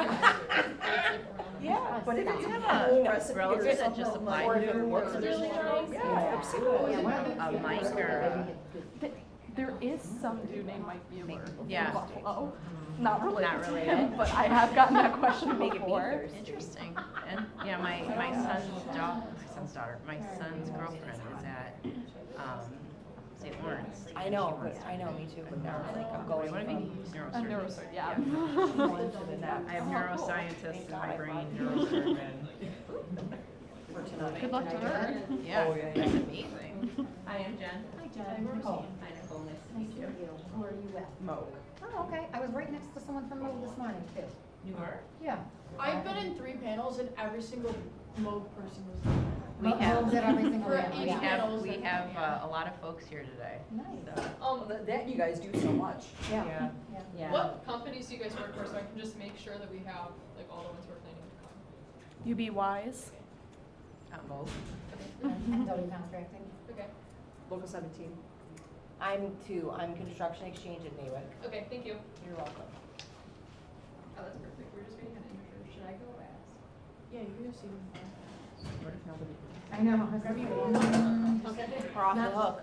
Not sure how. We actually need people though. I was just gonna say, I'm not sure how well this conversation will go. It's okay, it starts at 55, it's. Oh, okay. No, Oh, 25. 25. No, it starts at 25. 25. That's what I meant, sorry. Okay. I've been in this You room got for 3 3 minutes. minutes, 4 minutes. Not very promising. There's usually only like a couple. Yeah. It was from last, the Yeah, years last past, couple of years, but it's been Come to like, watch. The one this morning was full. There was a lot of kids in here for that one. Caitlin and Jess are coming too. It's like maybe just because this one's specific to women. I was impressed we had a few guys in last year. We did. Yeah. Yeah. Are you doing both They this just want to year? hang out with the girls. Nothing wrong with it. Well, yeah. Get on that announcement. I was going to apply and miss You go to the panel. This isn't the do you want to, get your ass with it. Sorry, go ahead. Yeah. So, I'm curious. Hello. Are you guys speakers? Yeah. For injured? Yes. Okay, you can just pick any chairs that you see on that side. Sure. Yeah, I'll join you. There's 2 chairs down there.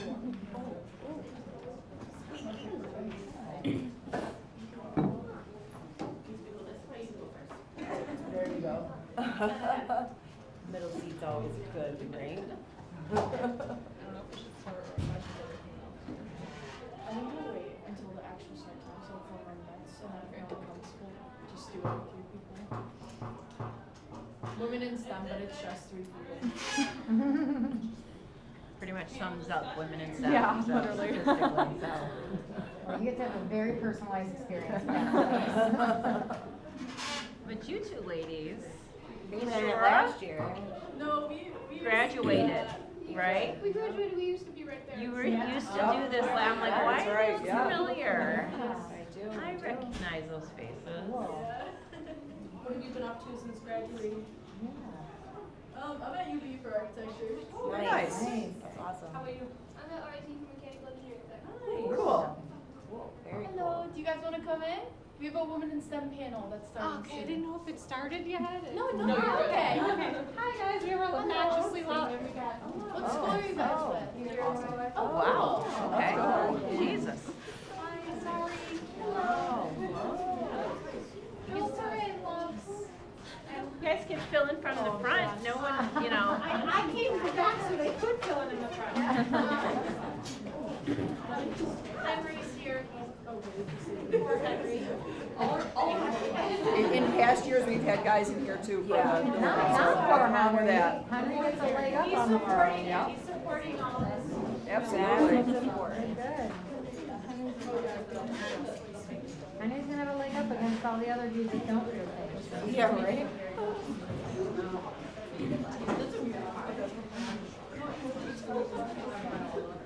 It ends at 12:45.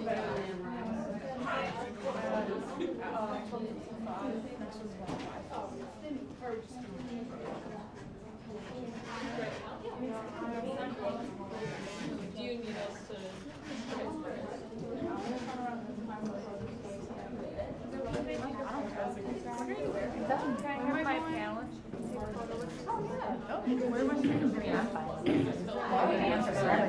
I'll do like a down the road. Oh, okay.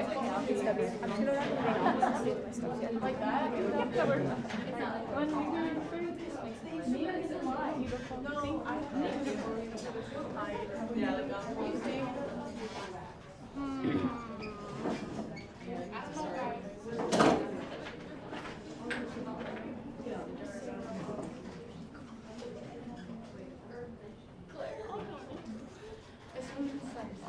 They were telling us earlier, they're live streaming, so we have to use the microphones when we answer when we All talk, right. yeah. Okay, we're gonna start now. My name's Lily, I'm in 11th grade. I'm looking for a career possibly in marketing. Yeah. My name is Lydia. I am in 12th grade and I am going for architecture next year at UB. Welcome to our 11th annual Alden High School's Technical Career Day. We hope everyone enjoys conversations with the people that would most likely not have a chance to talk about their career paths, but because of today, they can. This panel will mainly focus on the topic of women in STEM, so that's why we have lots of panelists today. Go ahead. I would like to take a few minutes for the panelists to introduce themselves with a 30-second introduction about where they work, what they do, and the path that brought them to this career. After the 30-second introduction, we will hear some audience questions and give our panelists a chance to share more. Go ahead, we'll start this side and go down the line. We gotta grab. Oh, am I using this? Yes, yeah. Okay. There's no one from Wax, but. Cool. My name is Katerina. I am with UB's Women in Science and Engineering group. Let's see. What was just what brought us here? Just an introduction. Yep, about what you're doing. Stuff. Okay, cool. So Women in Science and Engineering, we're a group at UB that consists of women of all different STEM majors. Our goals are to have like socialization opportunities, networking, scholarship opportunities, to kind of build community and uplift women in STEM and encourage girls to go for their dreams. Good morning, good afternoon. My name is Jen Valentine. I work at Moog. Currently, I work in the new Operations Training Center, which is a state-of-the-art facility designed to bring new employees into Moog. We're going to work on Moog hardware and introduce them to Moog hardware, the culture, some technical capabilities, and their prereqs, basically like your first year in college or your first couple years in high school. I am originally from Tonawanda, but I served in the Air Force as an officer for 8 years. I have a mathematics degree from Boston University. So I'm not a degreed engineer, but I work with lots of folks who are. And I'm currently in the training center because a lot of people are retiring.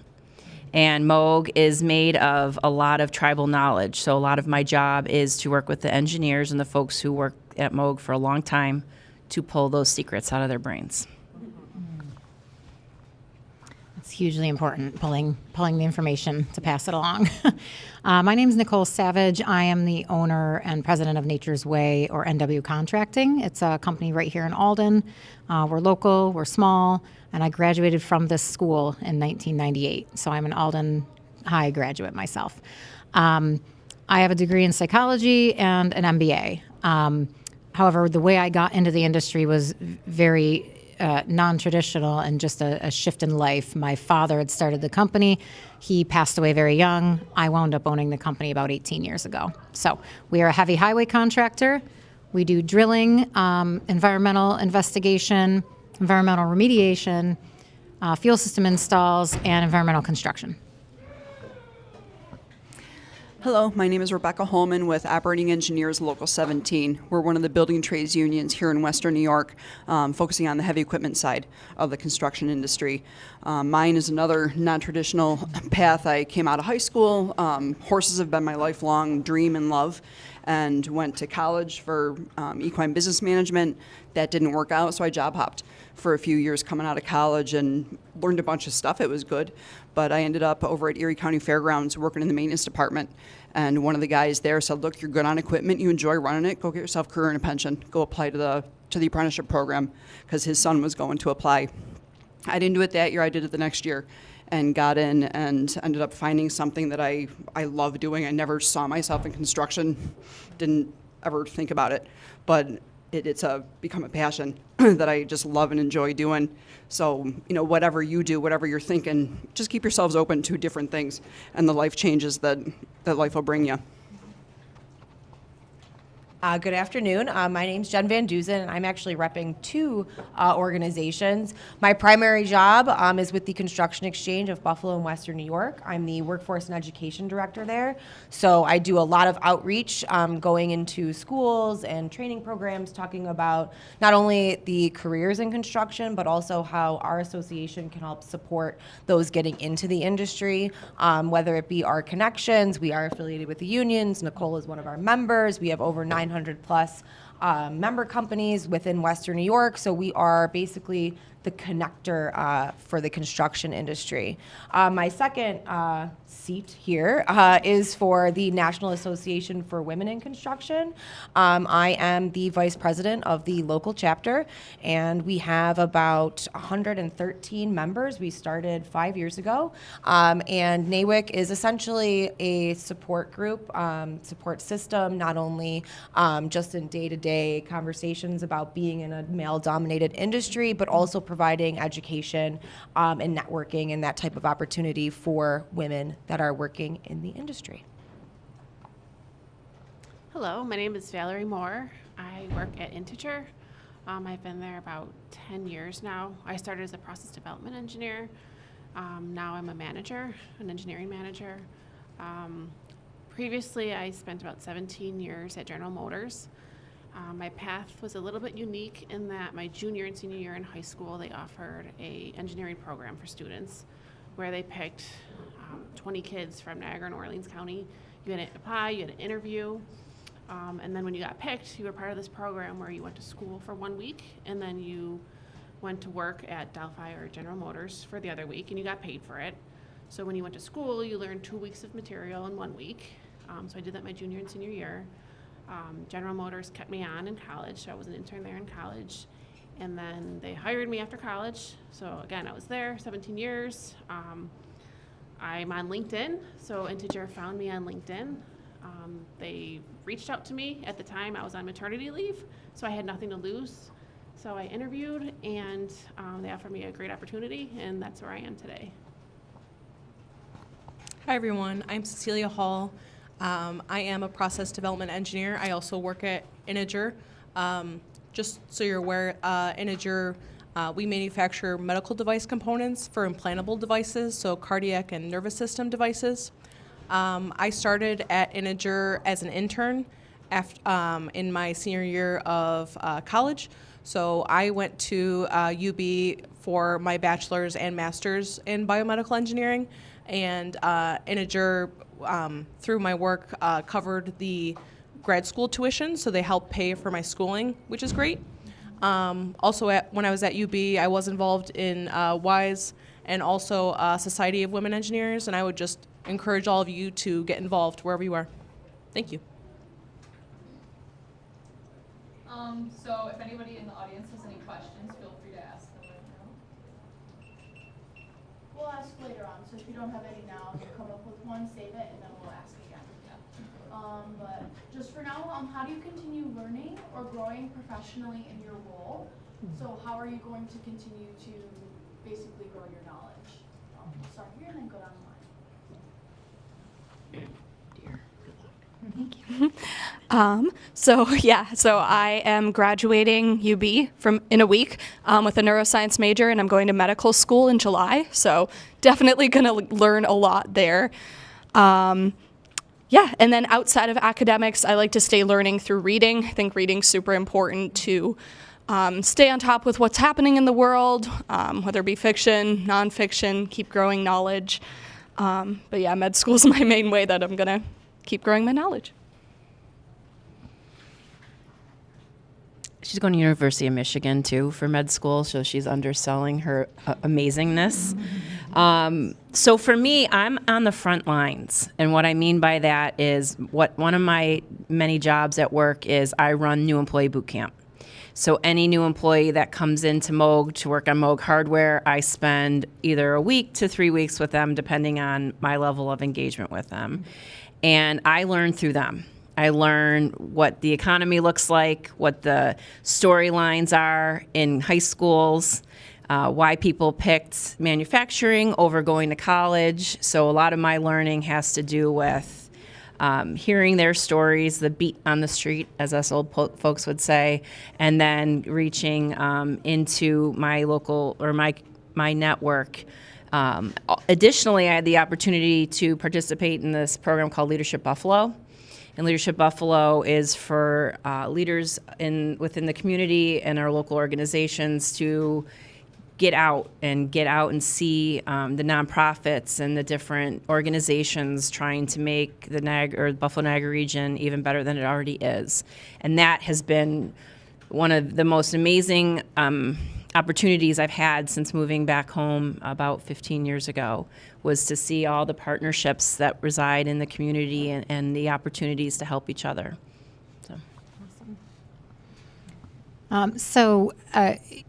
I also took advantage of some of the programs that are available. So I have my two degrees, and then shortly after I became owner of my business, I also went through the CEL program at UB, Center for Entrepreneurial Leadership.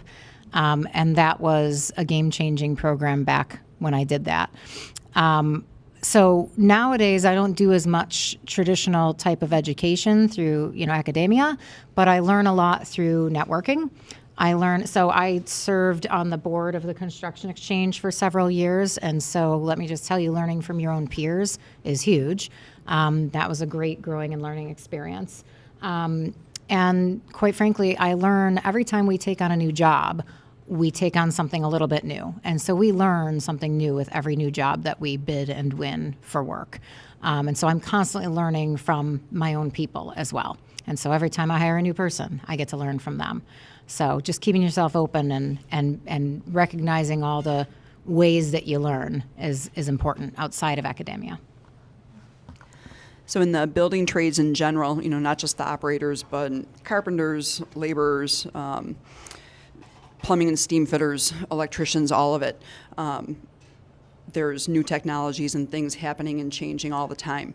So for me, myself, the main part of it is just being open to understanding that new stuff is coming, and we need to be willing to learn, you know, what's happening so that we can stay marketable and we can stay employed, keep ourselves employed.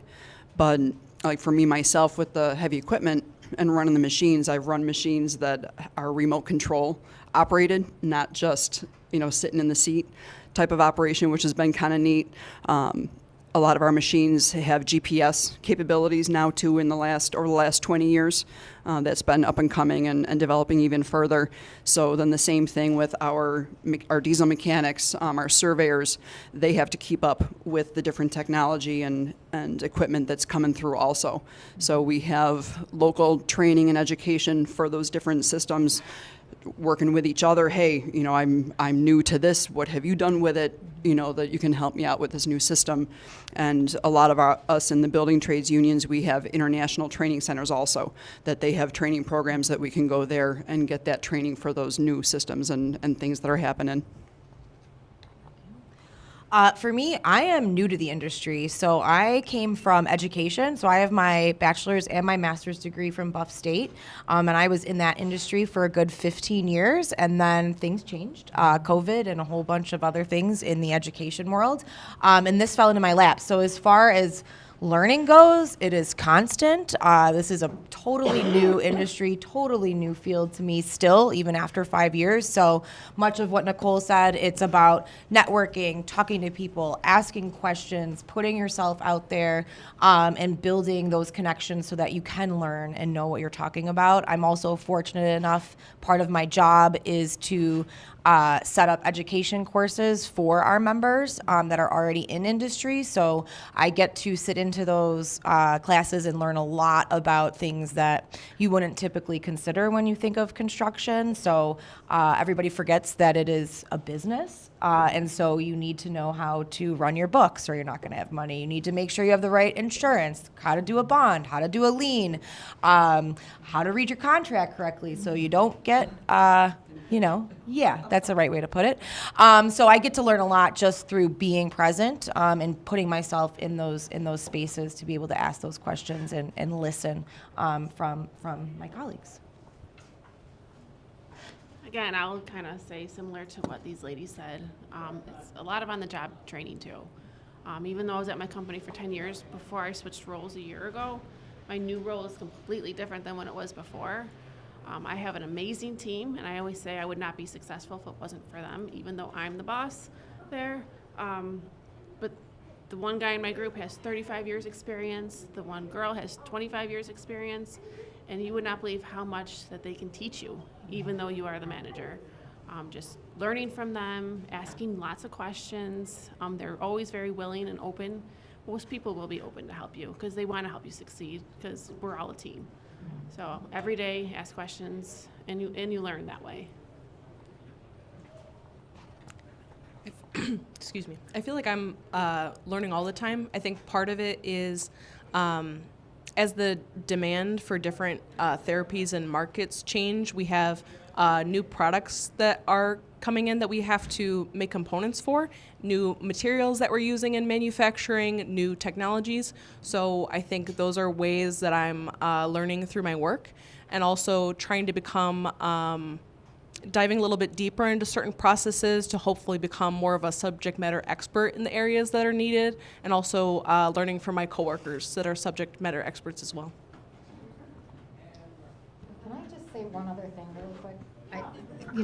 I spoke from my own perspective of how I keep learning, but I think it's important too to point out that my company, and I'm sure this is the same for all your company, offers training for our people as well, right? So like in terms of continuing education and always learning, I'm about to set 2 of my managers up into a management training program, a leadership training program.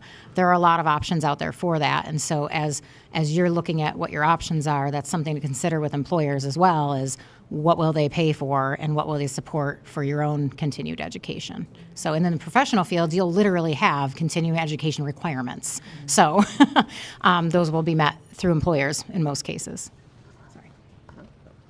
All right, the next question is, what changes or trends are shaping the future of your industry? And I'm going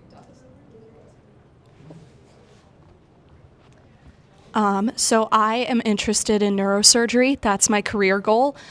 So a trend that is very on point for this discussion that I'm very happy about is increasing the representation of female neurosurgeons and just surgeons in general. And something that I think is really helping this is seeing role models, and through social media, I think it's super cool that female neurosurgeons are taking to Instagram, TikTok to show what their lives are like and spread their journeys so that other young girls can see themselves in these professionals and see, hey, I can do this too.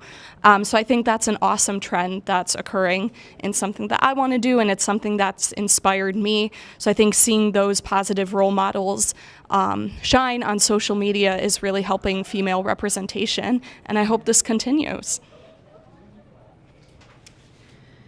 So the biggest change I see is attrition, and I spoke a little bit about that in my last response, is our workforce is aging in Buffalo especially, but all over, but especially in Buffalo.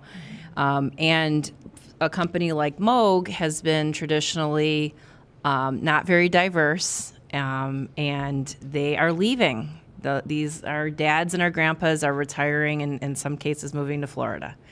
And so because we have pushed kids so hard into college, into these roles that the economy doesn't support anymore, or the jobs, are taken now by your parents, right? Your parents aren't leaving their jobs. So the other change or trend I see is that kids are starting to go, I can be a bricklayer for $29.97 an hour. I can go to Moog and build a lifetime career with amazing benefits and an amazing culture, and maybe live with my parents for 5 years, but I don't have to walk out of college with a $300,000 debt strapping me. And the expectation, by the way, that you have a master's degree to separate yourselves from your peers. I know you guys know what I'm talking about. So those are the two things. I'm proud to be part of this training center at Moog because it's the future of Moog. Anyone that comes in through our doors, I know they can have a lasting career, and it's so, so exciting. I'm happy to say that one thing I've seen change over 18 years is how many women there are in construction. And so I guess I'm assuming it's a similar story for all of STEM, but I can only really speak to construction myself. And so I was at a NAWIC event back in March, right, for Women in Construction Week, and we were talking about percentages, and you'll have to correct me if I'm wrong, Jen, but I feel like, what is the current percentage of women in the construction workforce? Wasn't it around... I know, I'm putting us both on the spot. I think it's somewhere around... 3 to 5. No, that's what I was going to say. The difference is, when I entered in 2008 into the industry, it was around 3% women in the industry. We are up to, I want to say it's 13 or 14% now. And so don't quote me, but it's right around there.